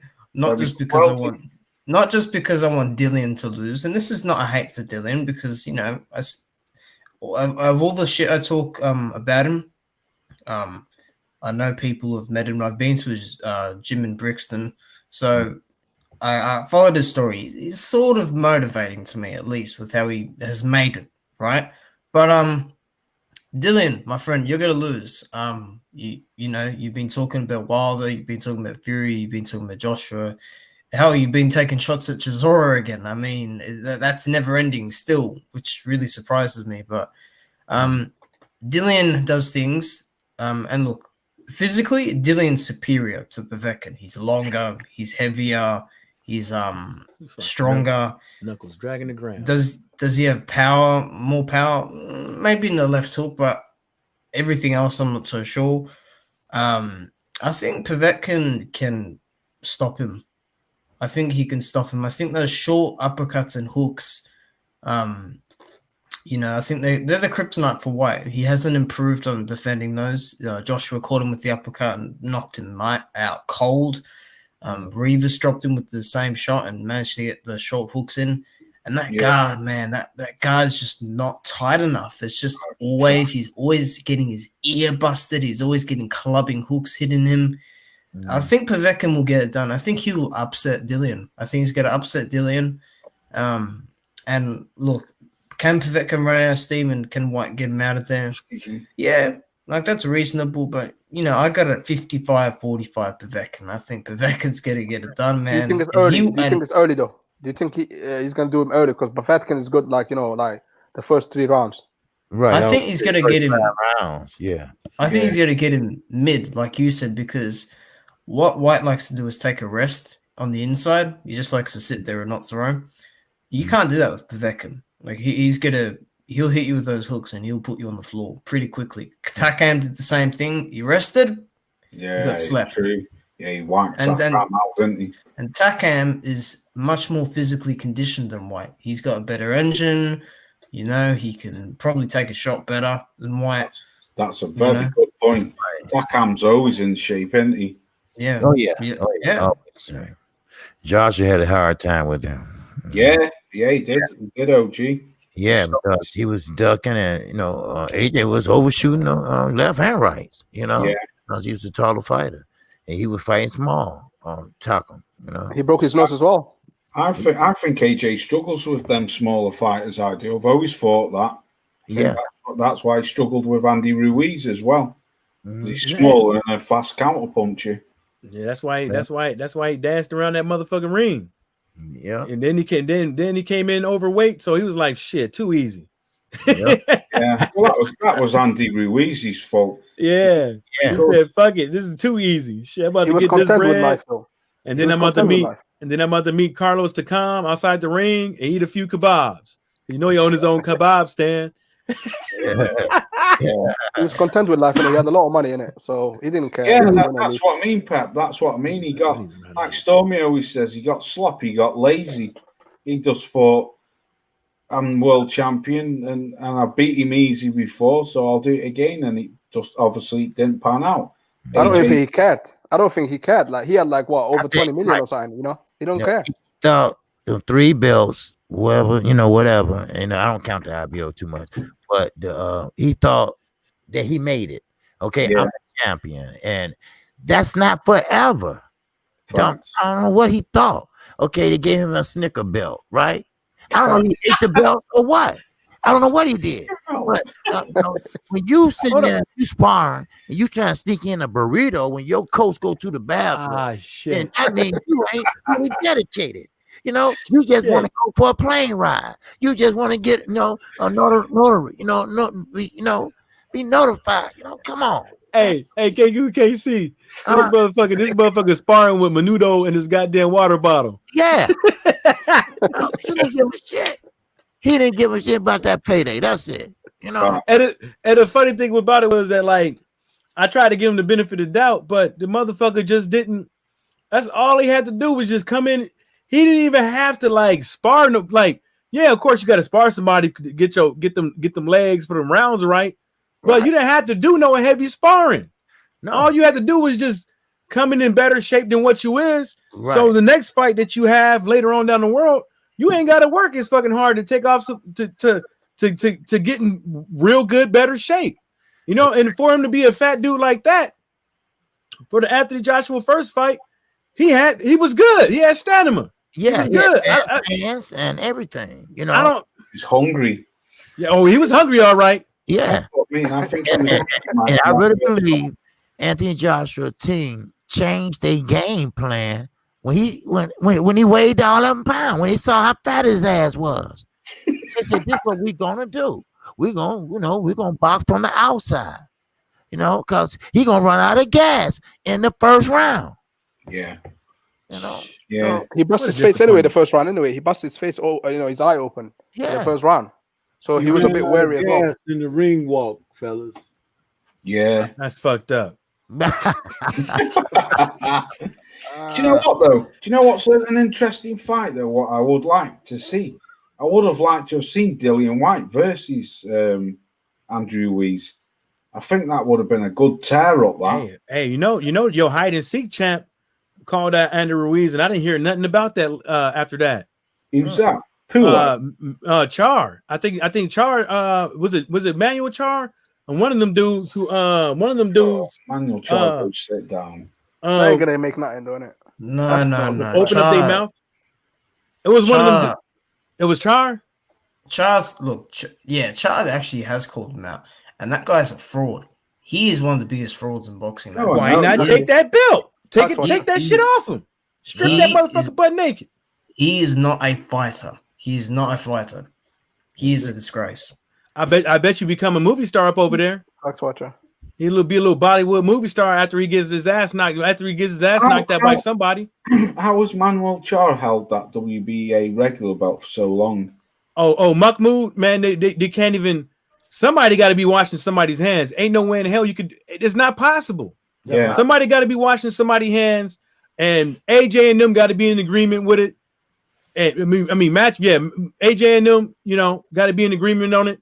There got to be some hand washing because if you think about it, that Mahmoud or whatever he changed his name to, he been holding everybody else up. Yeah. All these other boxers that's like, how you supposed to get real live good boxers ranked in the top 10, top 15 of a sanctioned body when it's held up? For like how long? How long has it been held up? Like 3 years? Yeah, yeah. The regular, you got the regular, the regular and the super, and Yeah. And he ain't fought nobody. That's what I'm saying. Ain't nobody. I mean, that belt should be somebody should be a mandatory to that belt. You know. Yeah. OG, didn't he pop Dirty as well? Yeah. Yeah. And he got off. Exactly. Yeah. That's what I'm saying. And he still hold on. You know what's funny? Luis Ortiz is going to be fighting in November. Yeah, forgot about he's that. trying to confirm this, and he's in the WBA top 5, I think. I'm not Is sure, he? but He's back in the rankings now. I think he's in the WBA top 5. I think, but right. If he, depending on who he fights, he could get. Look, that belt. Okay, to me, doesn't mean much, but if Ortiz gets in position to fight for that, and they give Char a good payday, he could get that. I'm just saying, kind of eliminate that worm. You beat the shit out of my Yeah, I think Ruiz need to go and take that Mahmoud Char fight and get back to his grind, and then I would like to see but Ortiz, man, he need to get him a good fight, man. He need to get him a good fight. Damn, man. Ruiz turned him down. You should fight Ortiz because he got a big fan base now. No, I'm saying Ortiz. I'm saying just Ortiz need to find another fight. I don't think he need to be fighting Ruiz because Ruiz got a free lunch. Ruiz got a free lunch in Mahmoud. Like, why go over here and fight Ortiz? Like, that's a free lunch. Yeah. That'd be the same thing that Dillian White's been doing. He had every opportunity to fight Dominic Brazil, and everybody in the world knew Dominic Brazil was the mandatory, but they was just trying to tell him to fight this guy and that guy and that guy. And hey, man, let's become a pay-per-view star. Oh, like Tank Davis. Oh, he's a pay-per-view star. He's the next coming up. Dillian White. He's a pay-per-view star. He's the next one coming up. See, he's selling out. See what I'm saying? He's bringing all the stars out tonight. Shut the fuck up. Fight somebody, damn it. It's not just that though, Mike. He had the chance to fight fucking Pulev. He turned that down. He had the chance. I forgot about that one. AJ turned that down because he said AJ lowballed him. Because he earned £7 million over fighting Derek Chisora, and AJ only offered him 5. So I don't feel no way for him. But I'm gonna have to get up out of here, brothers. Hey, Logs, Danny Garcia. Hold up, where you going? Danny Garcia and Earl Spence real fast. Yes, sir. I really believe if Earl box on the outside, don't try to trade with Danny Garcia. Yeah, Danny Garcia got a chin. He got a left hook. If he boxing from the outside, because Danny Garcia got slow feet, Earl can win that fight. Now, you don't have to win by knockout, but he can take him the 12 rounds and win. That's how I see it should go. I don't think he's going to knock him out. No, because, Danny. I don't think there'll be a knockout neither, OG. Yeah. I don't think he will. And the thing is, as well, Danny's a good counter puncher as well, isn't he? Exactly. Yes, he is. He's very good. Yeah.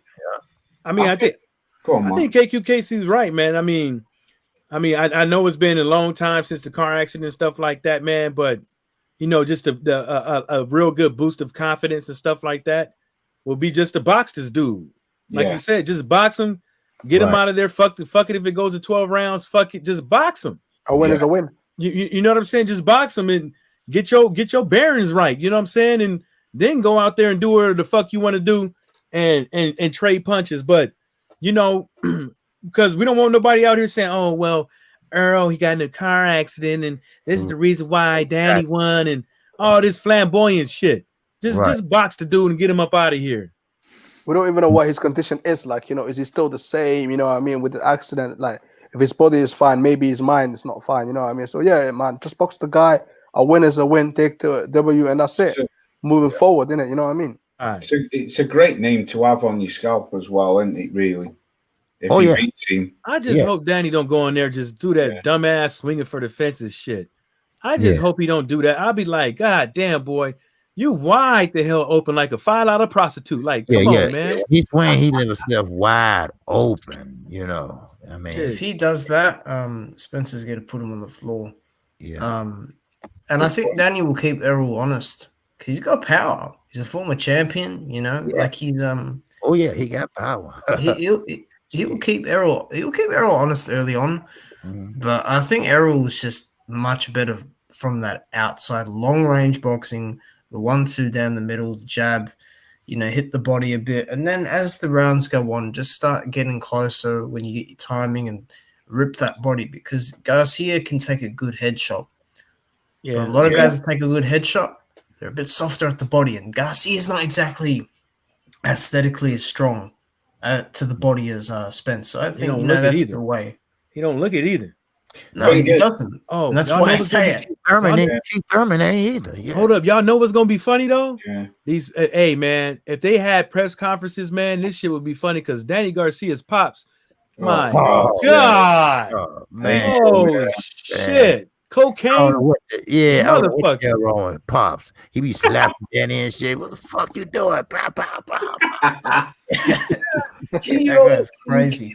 Tito, I can see him calling Earl a nigga too if this shit COVID wasn't on. Nigga! Okay, so can you remember when he called Keith Thurman a bitch ass nigger at the Barclays? Ponytail, ponytail, ponytail, ponytail.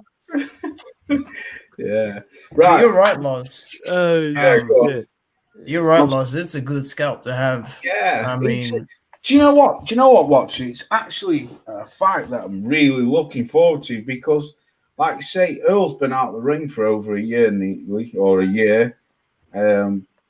Obviously, I did read something where he'd gone back to Jamaica doing a lot of training. He was flying to back and fro from there. What's Danny Garcia got to offer?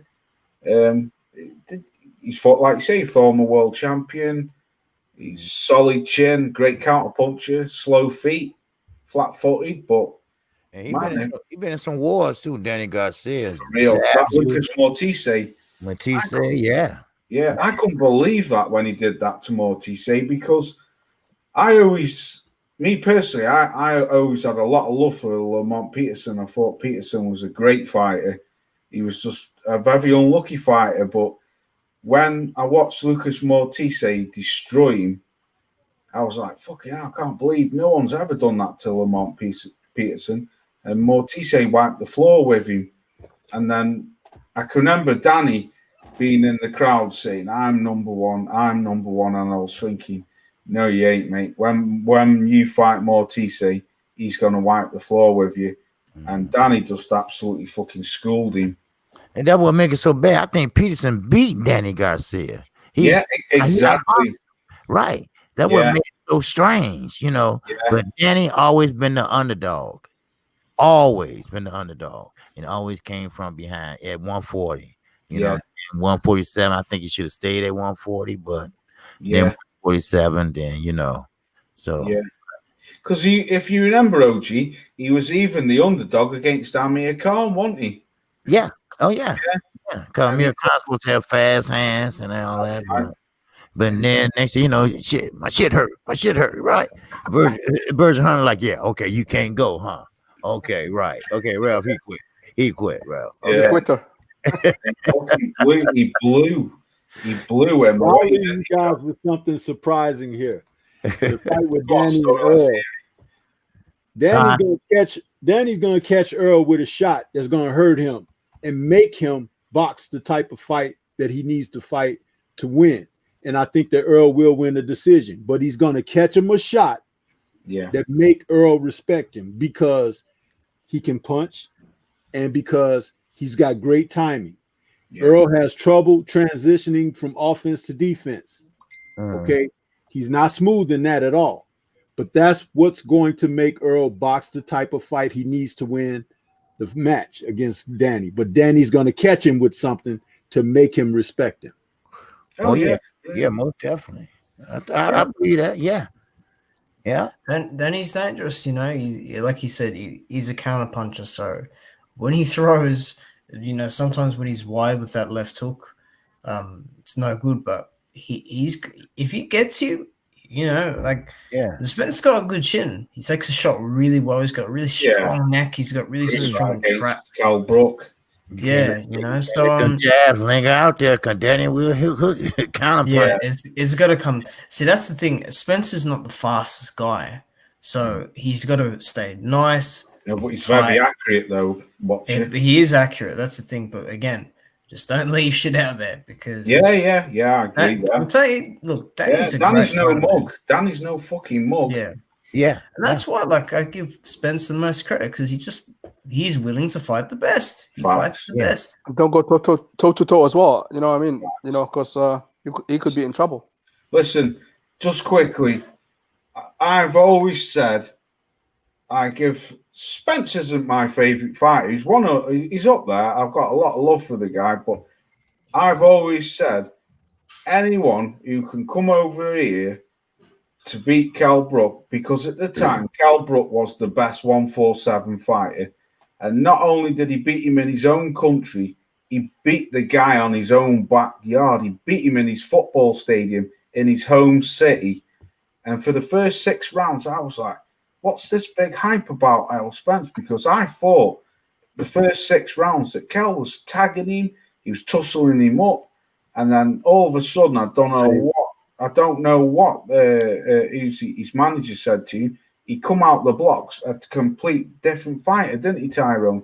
And he just, man, if you can beat Kell Brook at the time when Kell Brook was on form, the best 147 fighter, not only beat him in his own country, beat him in his own town and make the guy quit, that says a lot for me. Yeah, I was with you, Laws. I was with you, Laws. I didn't believe in all that. Oh, he worked him to the body first 6 and broke him. That's bullshit. I don't believe in none of that shit, dude. I mean, he was getting worked those first 6 rounds. Yeah. Before he made the whatever adjustment and the dude hurt his eye. Now, if they were to fight again, Spence would probably dog stomp him. I mean, he's way more. Well, even if they can't, if they fought right now, man, man, he could. Kell gonna have to do some soul searching, man, because he ain't near what he was. In my opinion, he ain't where. All right, Watcher, he ain't what he ain't. Watcher just left. He said, "I gotta go." Yeah. He ain't what he. To his name, Brook was not special. Say it again. Say that first part again, Stormy. I didn't hear you. Contrary to his nickname for the ring, Brook was not special. Yeah. No, he wasn't Stormy, but he was a good fighter, though. He's a good fighter, but he wasn't special. Yeah, I agree with you there. Yeah, he wasn't special. When you have special fighters, they go to another level. He was on the championship level, but he never went, he never rose. Yeah. A guy can become a champion, but remember the old adage used to be a championship can make a fighter 10% better. Yeah. I didn't see that in Kell Brook. Yeah. Right. Well, I think the big feat about that was just the Earl going over there, and snatching that shit up off of him, knowing now well there's a lot of heat that you got to deal with, especially if it was to go to a decision that he was going to have to deal with, Right. But like I said, even right now, Kell Brook ain't what he used to be. You know what I'm saying? He could try to fake the funk and all that stuff and say he has some surgery and he's 100%. He's better. He's 110% better than what he was a couple years ago, but he'll never be the same. Same thing like David Haye, never be the same. Even if I can give him, the only excuse I can give him is like he got beaten by Golovkin, and then he fought Spence after. He was already like a broken man. He was never the same after Golovkin. I think he should have fought Amir Khan over there in the UK in Wimbledon Stadium. They both would be 2 rich men. That would could eat free for the rest of their lives. Yeah, that would have been a hell of a fight. Bowden against Sheffield. Man. Yeah. The thing is, okay, Q. Just quickly before I close down, like I've heard you say very many times, Marcus Maidana took AB's soul. I believe that Kell Brook got his soul taken off Spence that night, and that is the reason why he's never been the same. Golovkin started it, but that was a fight because of greed, because he knew, in my eyes, I definitely believe that he knew deep down he was never going to beat Golovkin, but I think he did it for money, and Eddie pushed him, it's a pay-per-view fight, we can earn shitloads of money. He got his soul broke, but he still never lost the belt. So really, in a way, he never really lost anything because he could step straight back down and he was still a champion. But when Kell Brook, not when Errol Spence came over here and beat him the way how he did beat him in the end and made him quit on his... You watch that fight on that last round, he keeps looking towards who's it, Engel, Dominic Engel, his trainer. He keeps looking at him. He keeps looking at him through the ropes, and then he just takes a dip. And I believe that Kell Brook has never been the same since Spence took that belt off him. I think he took his soul that night. Listen, Laws, when he was champion, Marvelous Marvin Hagler had a 1-fight invite up to light heavyweight for Michael Spinks. Hagler said, I ain't no fool. Okay? As great as he was, the middleweight champion, okay, man has to know his limitations. That's Kell Brook's fault because he went up there and took a money fight against a guy that he more than likely wasn't going to win when he could have taken a bigger money fight, just like KQ just said a moment ago, and fought Amir Khan, and they could have possibly got a couple of fights out of that fight and really won the money pot.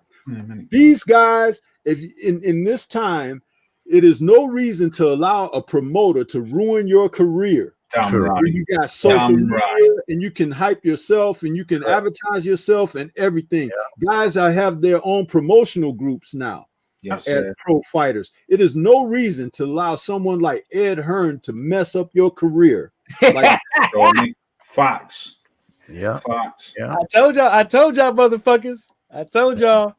I've been trying to tell motherfuckers that shit. I don't understand it either, Stormy. Anthony Joshua and Dillian White, they too big to be dealing with these buffoons, man. Well, that's the way our boxing's going now, though, isn't it? I mean, they're allowing these old groups and regimes to make money, generational wealth off of their backs and necks, and they're risking every damn thing. If you want to risk it on yourself and make what you can for yourself. But then Stormy, if turned down that $50 million guarantee, he was a damn fool. Because if you lose or draw, you got $50 million in the bank, man. Right. And more to come. Guaranteed. And more to come. Right. Look at Terrence Crawford. He ain't moved no damn well for 5 years. Exactly. Without Bob telling him what he can do or who he can fight. But this is the thing I don't get is like, you know, they these boxers out here, like, let's just say Anthony Joshua, for instance. You know what I'm saying? He's saying like he's a businessman and stuff like this. But the only business that he's been shown that he can actually do is have his own fighters fight on undercards for other fighters. See what I'm saying? The same thing with Dillian White. So the step should have been get your own promotional company, get your own fighters.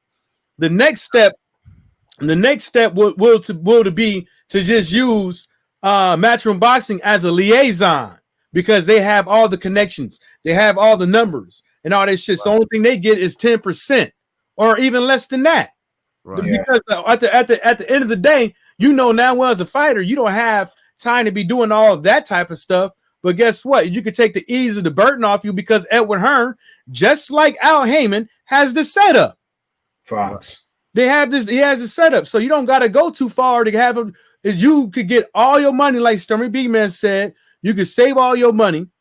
You can build more money because now you got assets. Now you can get more fighters. Now you can get your a big ass facility in the hood, like Anthony Joshua. Now you can build your own boys and girls club in the hood, Anthony Joshua, a food pantry in the hood, own your own the grocery store in the hood to give back to the community, Anthony Joshua. But you're limited yourself, like Stormy B Man said, because you're not getting 100%. You're probably not even getting 75% of what you bring in. Right. What you bring to the table of the sport of boxing internationally. Facts. Right, I've got to end it there. Man, we ain't done with your ass. You ain't going nowhere. It's been a great show. It's been a great show. Thanks, guys. In the morning. Yeah, you're welcome. Before you get out of here, I appreciate it. I mean, Stormy and Mike and Tyrone and P Boxing. Yeah, that. Appreciate you're welcome. I appreciate you for coming through. I'd like to thank the chat, everyone in the chat. There's too many to mention. But for having me on. Salute to everybody, Pep, Tyrone, KQ, and Mike, and especially Laws. Thanks, man. Thanks for having me on. Anytime. Welcome. Thanks for all coming through. And Thanks, Tyrone. Thanks, KQ, KC. Thanks very much. Appreciate that. Pat, thanks, brother. Stormy, thanks for coming on. OG, Mike Johnson, thanks for always got coming you, on. baby. And Watcher, salute to you and salute to the chat, everyone in the chat. I'm up out of here and I'll catch you on the next one. Stormy, and everybody, Tyrone. All right. Peace, brothers. Peace out, everybody. Peace out, people. Peace. Yeah.